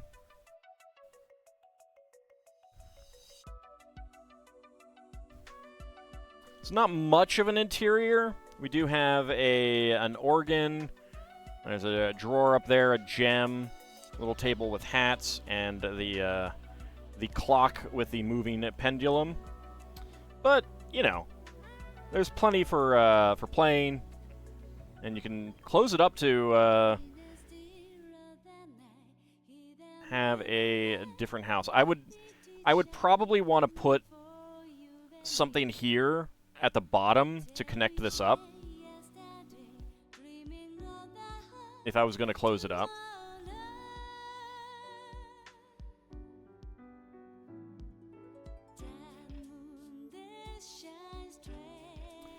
They'll come back. They will come back. I just need to finish moving stuff around and things like that.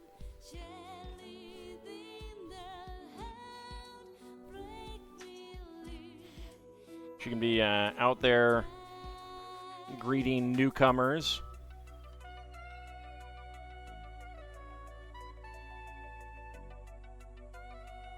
Okay, the door is actually going to be annoying there. Let's have her there behind the door.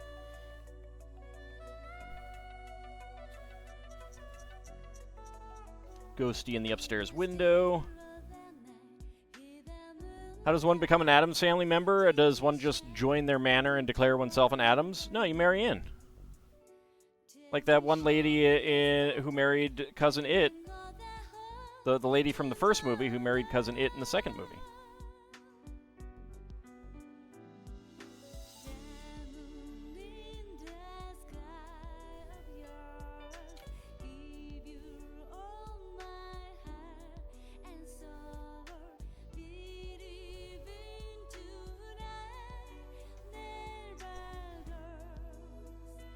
There we go. So we have the ghosty there is just barely looking out over the windowsill. You don't want to marry in? You just want to become one? Well, unfortunately, you got to marry in. And then there's a gate out front. So this is an adorable 3-in-1 set.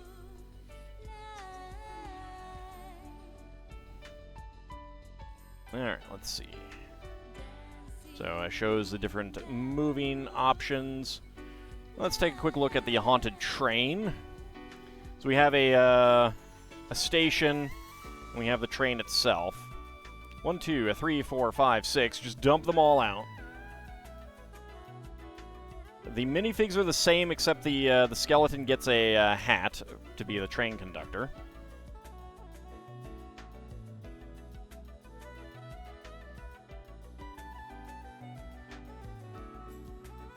So a basic little platform for the train itself. There's a clock.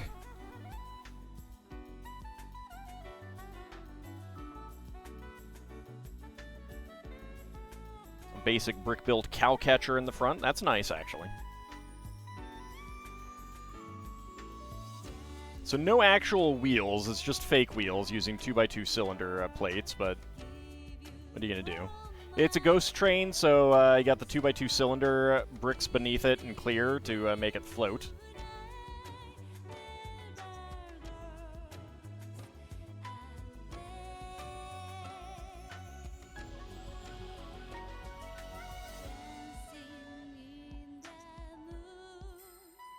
Build a train and have a minifig suplex it, you'd win the internet.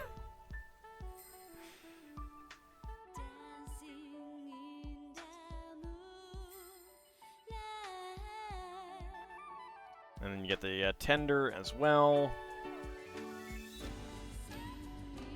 Yeah, the train is pretty cute. I will say that. It definitely shows the flaws of not being the main model, but... and then the ghost ship. Dump out all of the things. Minifigs are again the same. 15, 16, 2 for minifigs. All right.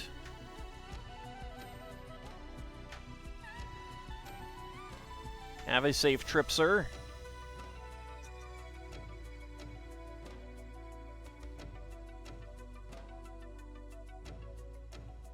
Does have a little cabin in the back. That's cute.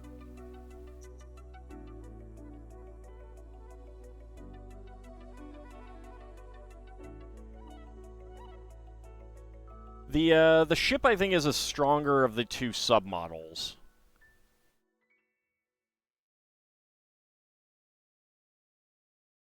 Kind of works better. Neither of them really work that well, though. I think they do show the flaw of being submodels for this. Secondary models, I should say. Man, I miss when the Lego sets themselves had pictures of alternate instructions on the back.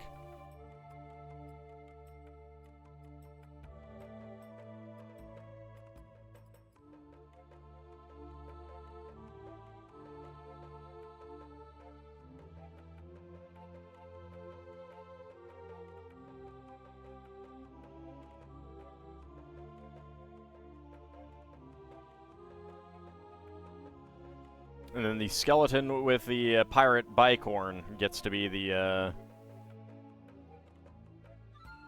masthead.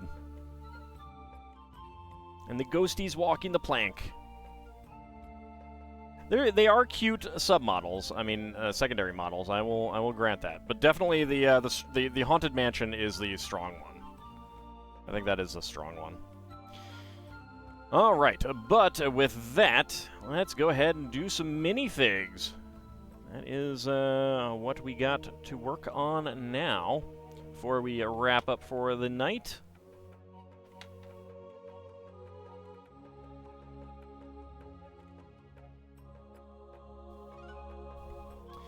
All right.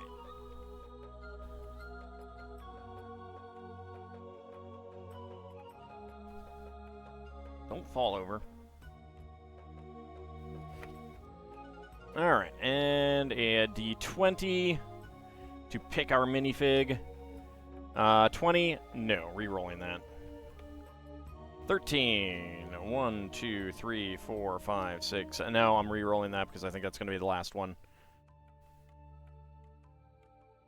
1, alright, I'll do that one. I used up a nat 20, though. Oh, no. How terrible. All right. Let's go ahead and start a prediction. Can all guess what is inside the minifig pack? Let's go. Where'd my pen go? There it is. Okay, so 15 for Not a Rogue AI. That would be the panda, but I think we're out of that. But he's not here to reroll. 8 for Bahamut. That would be Shakespeare. 3 for Ice Sovereign. That would be Emmett, which it's not going to be because I'm pretty sure if there's one more in there, I just re-rolled to not get it because I'm tired of that one. 16 for Vigistry. That is the mermaid. The sacrifice of a good roll for your audience. So kind. Indeed. But I did sacrifice a 1 as well. So it kind of evens out.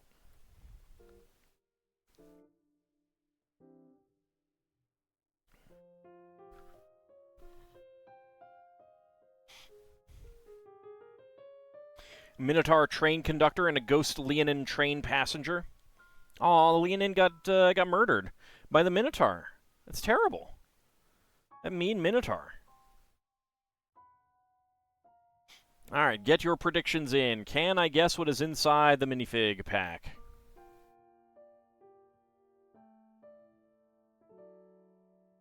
And what will we get?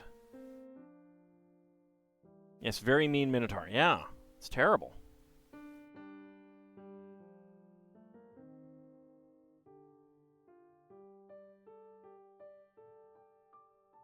Alright, let me get my timer all ready. Alright, get your predictions in. Can I guess what is inside the minifig pack?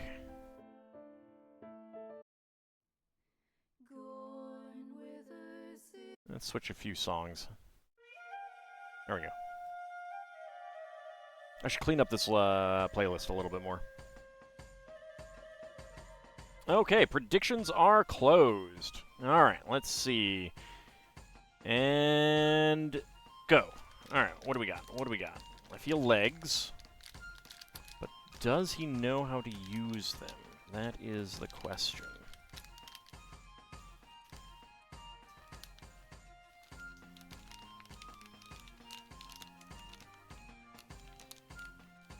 Okay.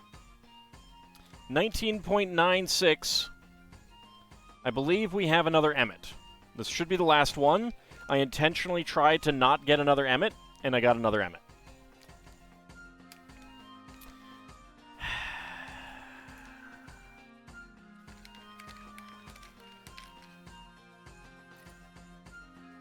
I intentionally tried to not get another Emmet.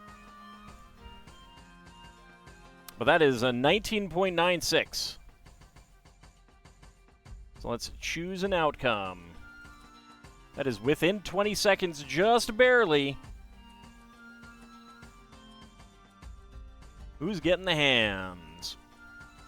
Kinshir and Vigistry getting all the hams. Very nice. Iceoven going for 20 to 50. Shield of Hope going for 50 to 60. And Bahamut and Canis Rufus going for no.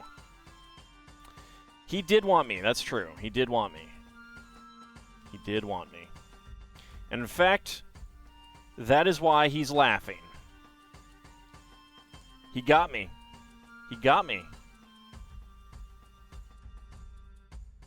He got me. Alright. Actually, I should probably put those aside for the moment. Alright, so there's no more Emmets, at least. We're done with Emmet. But is Emmet done with us? That's the question. Alright, next one.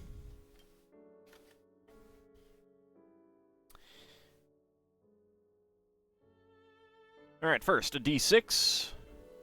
2. Alright, so we're going over there. 1, 2, 3, 4, 5, 6, 7, 8. Alright, well, might as well pull out the D8.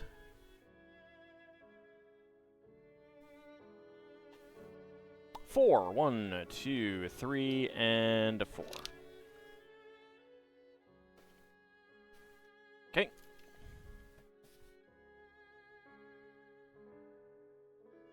Well, let's go ahead and start a new prediction. Can all guess what is inside the minifig pack? Get your predictions in.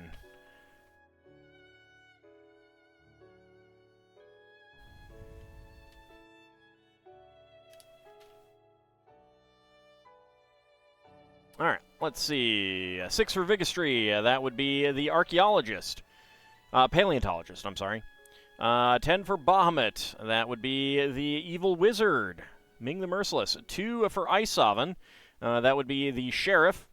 16 for Nadarogai. That would be the space mercenary, which hopefully we won't get. So go ahead and get your predictions in. A Minotaur horror movie host and a zombie Leonin doing the Monster Mash. The Monster Mash. And an orc waiter in a dining car. Sounds like something out of Arcanum. Alright, get your predictions in. A minute to go. Can I guess what is inside the minifig pack?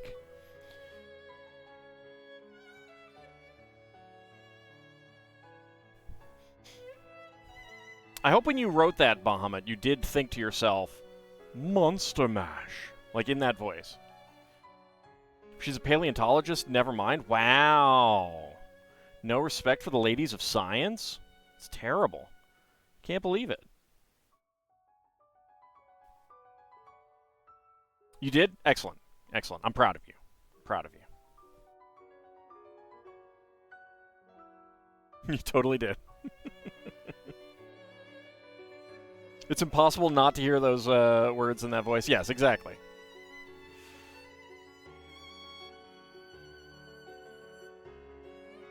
And it just makes you want to do the Monster Mash.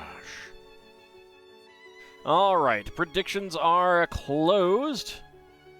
Go ahead and reset my timer. Okay, and... well, it's a lady paleontologist. Alright, and go. What do we get? What do we get? Oh. Alright. 5.61. I felt the dress slope. I felt the dress slope. We do not have any other dress slopes, so it is Ming the Merciless, the Wizard of Fire. Not Manos the Hands of Fate Wizard, unfortunately. That would be better. Howdy, Baker Doze. How's it going? And you made it to the very end. Indeed, you did. Nope. Well, there goes his head. Head's definitely rolled. Where did you go? Where did the head go? Oh, good lord. All the way over there. All right, hold on.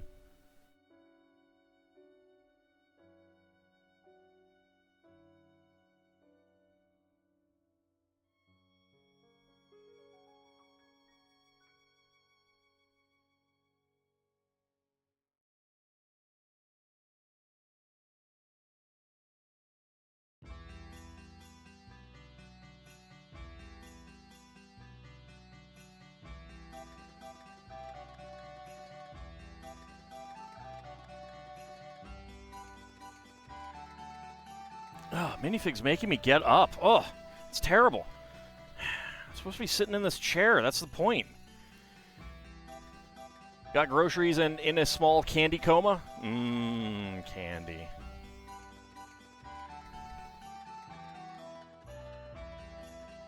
You know who won't be in a candy coma? This guy.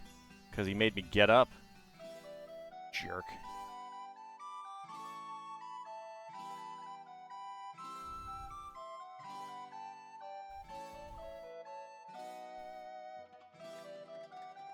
All right, go ahead and get his beard on.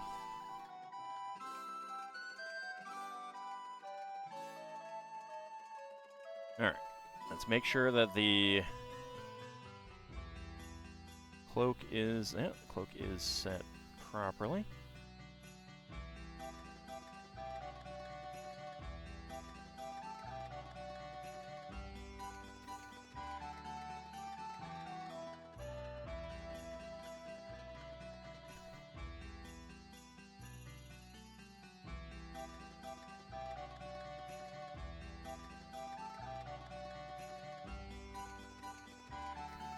Beard is having some trouble getting on for some reason.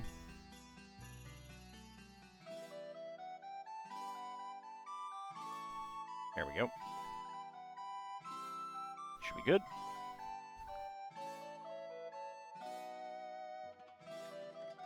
Gordon's alive? The only thing hammier than ham is of course, Brian Blessed. He is the largest ham. All right, that is our third of the Ming the Merciless Wizard guys, which is a really nice fig. I like that. All right. Our final minifig for the night is going to be a race car. We have 3. 3 left.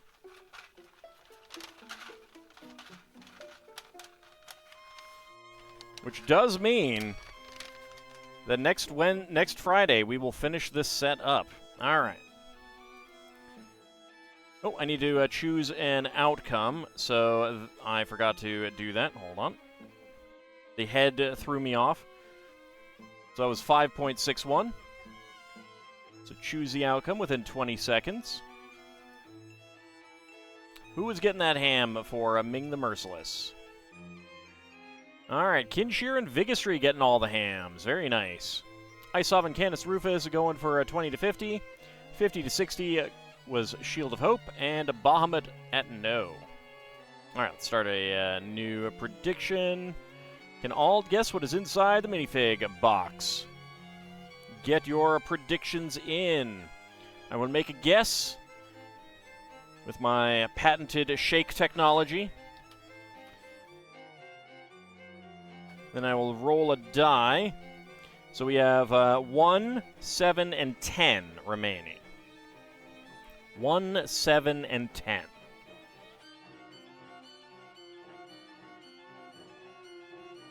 All right, Minor Trader, have a good rest of your night. Thank you very much. Ming Trio are ready to do melodic fireballs.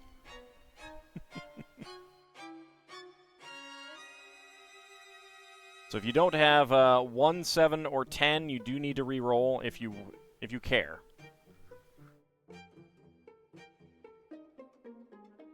Not re-rolling, Bahamut. It's terrible.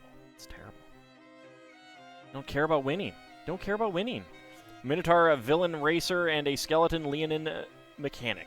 7 on a re-roll for you, Isovan. All right. That is the blue one. I don't know what that is. What team that is? 1 totally. All right. That is the dark blue one. Down here is white and red. Actually, I might be able to read the team on that one. No, I can't. Blue, your favorite color. Nice. So a 1, a 7, or a 10. Get your predictions in. Racer X, obviously. There's only one team, Octane.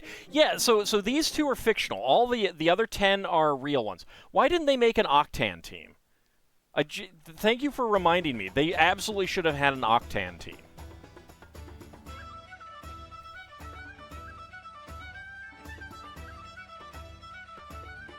That would have been awesome. All right.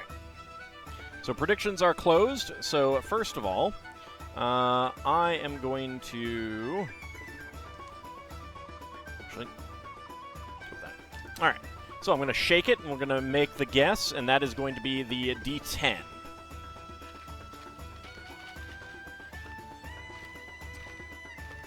All right. So yeah, I'm hearing dark blue. I'm hearing dark blue. So 1 for the guess. Now the die. 5, need to re-roll. 6, need to re-roll. 6, need to re-roll. 1, need to re-roll, because no dupes right now. 3, need to re-roll. 8, need to re-roll. 2, need to re-roll. 11, need to re-roll. 7, hey, look, there we go, first try. So the die roll is 7. And well, actually, I don't need to re-roll for that. Let's see, the weight. All right. So that is the exact same as everything else, which obviously means it is 10. 10 for the weight. All right. So let's go ahead and scan it. I forgot to get my scanner up.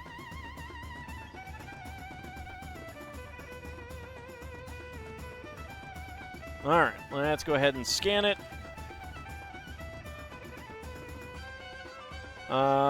Williams is, I think, 7. Let me see, hold on. Yes, that is 7. All right, so that is yes with the die roll. Let's double check it.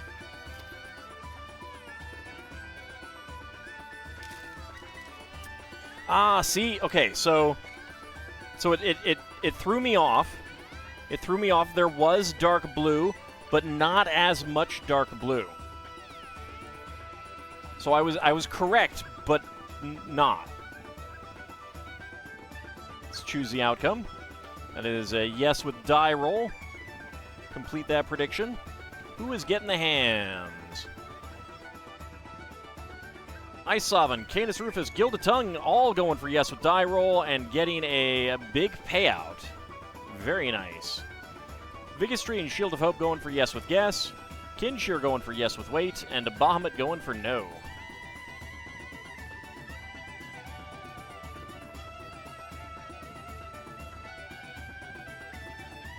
Redistro success.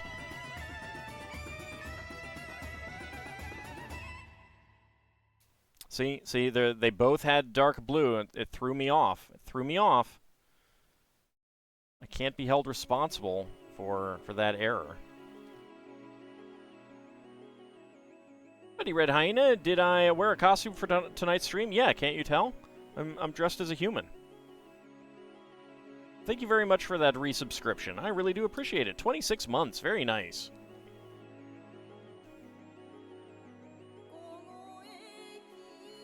Oops. Helps if I actually put the wheel on before I put the tire on. Weird how that works. It's silly when you think about it.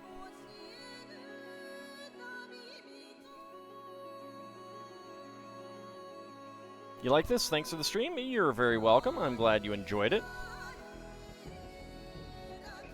I think Williams might actually be the team that Bobo the Vulture was doing on his F1 simulation game. Just finished the Monkey Island 2 LP. Any chance that I'll play any more of them? There's a chance. There's definitely a chance.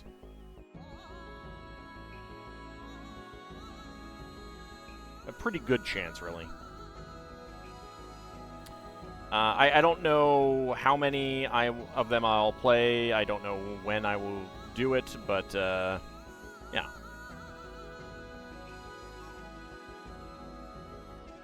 I think so.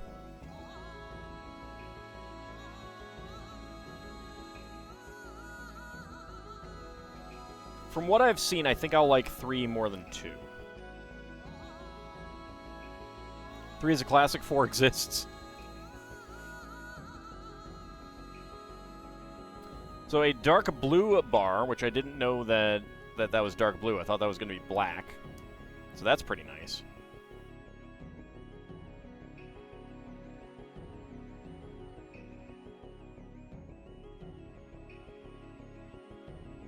Orange 1x1 plates, always good.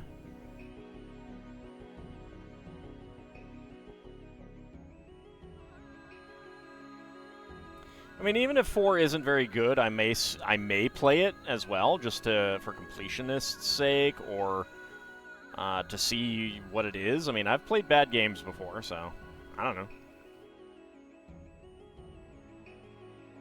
It's possible. All right. So we got a little blue in front, a lot of dark blue, a lot more dark blue than I thought. I knew this one up here had dark blue, but I didn't realize that this one did. All right, so our spare parts, we got a dark blue 1x1 tile slope, a blue 1x1 cylinder plate with top peg, and an orange 1x1 plate as our extra parts. So, that is our last minifig. Let's go ahead and mark that down. So, next Wednesday and next Friday, we'll see the end of the F1 minifigs. After that, we will start the Spider-Man Into the Spider-Verse. Incidentally, let's see. We will finish that before December. Or before December ends, and before January 1st rolls around and the new set comes out. And I probably wouldn't get a delivery of that until the middle of January anyway. So I will probably only be doing 2 sets near the end of the month until we get that new set. Just as a side note, so that I don't pull out another box and then have to put it away, kind of thing. But the January minifig set is all animal costume fan minifigs, and that one I did post pictures of on the Discord. They are very adorable. I'm looking forward to getting them. I'm not, like, I tend to like the, more of a variety in minifigs, but they're cute, so that's kind of nice. The writing isn't super bad. The change of control scheme made it a bit clunky. That's fair.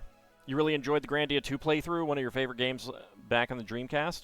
Yeah, that was a lot of fun to play as well. I enjoyed that. I'm glad you guys enjoyed that as well. It was nice to, I own the PlayStation 2 version, but the PlayStation 2 version isn't very good. Like, it didn't get ported very well, and I didn't get very far. I don't remember how far I actually got into it. I suspect it was a mixture of something else came out that I wanted to play, and it wasn't a very good port as to why I didn't continue that. So it was nice to actually finish it, since I'd never done that before. I didn't have a Dreamcast. I would like to eventually play Skies of Arcadia as well, but who knows when that might happen.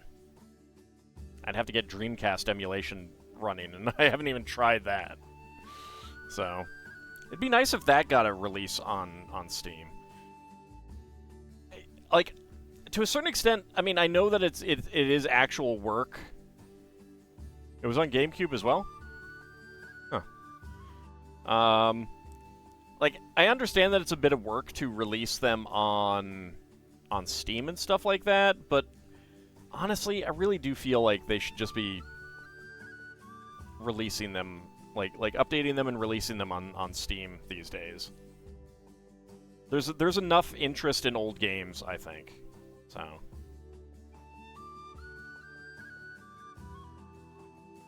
It's jankier on the CG and with lower quality sound, but they also added a bunch of content to it too. Well, I would probably want higher fidelity graphics and better sound, honestly.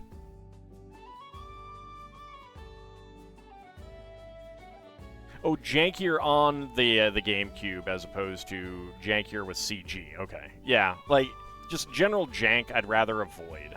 So I would probably play the Dreamcast version. But I don't know. That's certainly neither here nor there at this point. I have no plans to actually do it. It is just a game that I've heard good things about and would like to play one day. So anyway, I want to thank you guys for coming on out. We will be back on tomorrow for some more Spelljammer. We will be back on Monday to actually start Dragon Quest I. Sorry I didn't play that yesterday. We will be back on Wednesday and Friday for some more Lego building. And next week we are going to be starting the Italian Riviera set, which I'm really looking forward to. It's a lovely, lovely set, and I'm really excited to build that one. I do still have something, like, I do want to get this built as well soon, so this may come afterwards, the Medieval Horse Knight Castle. I'm really excited about this, but I'm excited about a lot of things, so we'll see when we get those actually built. All right, I want to thank you guys for coming on out in a lovely Halloween build with a haunted mansion, a ghosty with his glowing eyes, and a Halloween wreath in its own little storage box. So I want to thank you guys for coming on out, and I shall see you next time. See you then, everyone.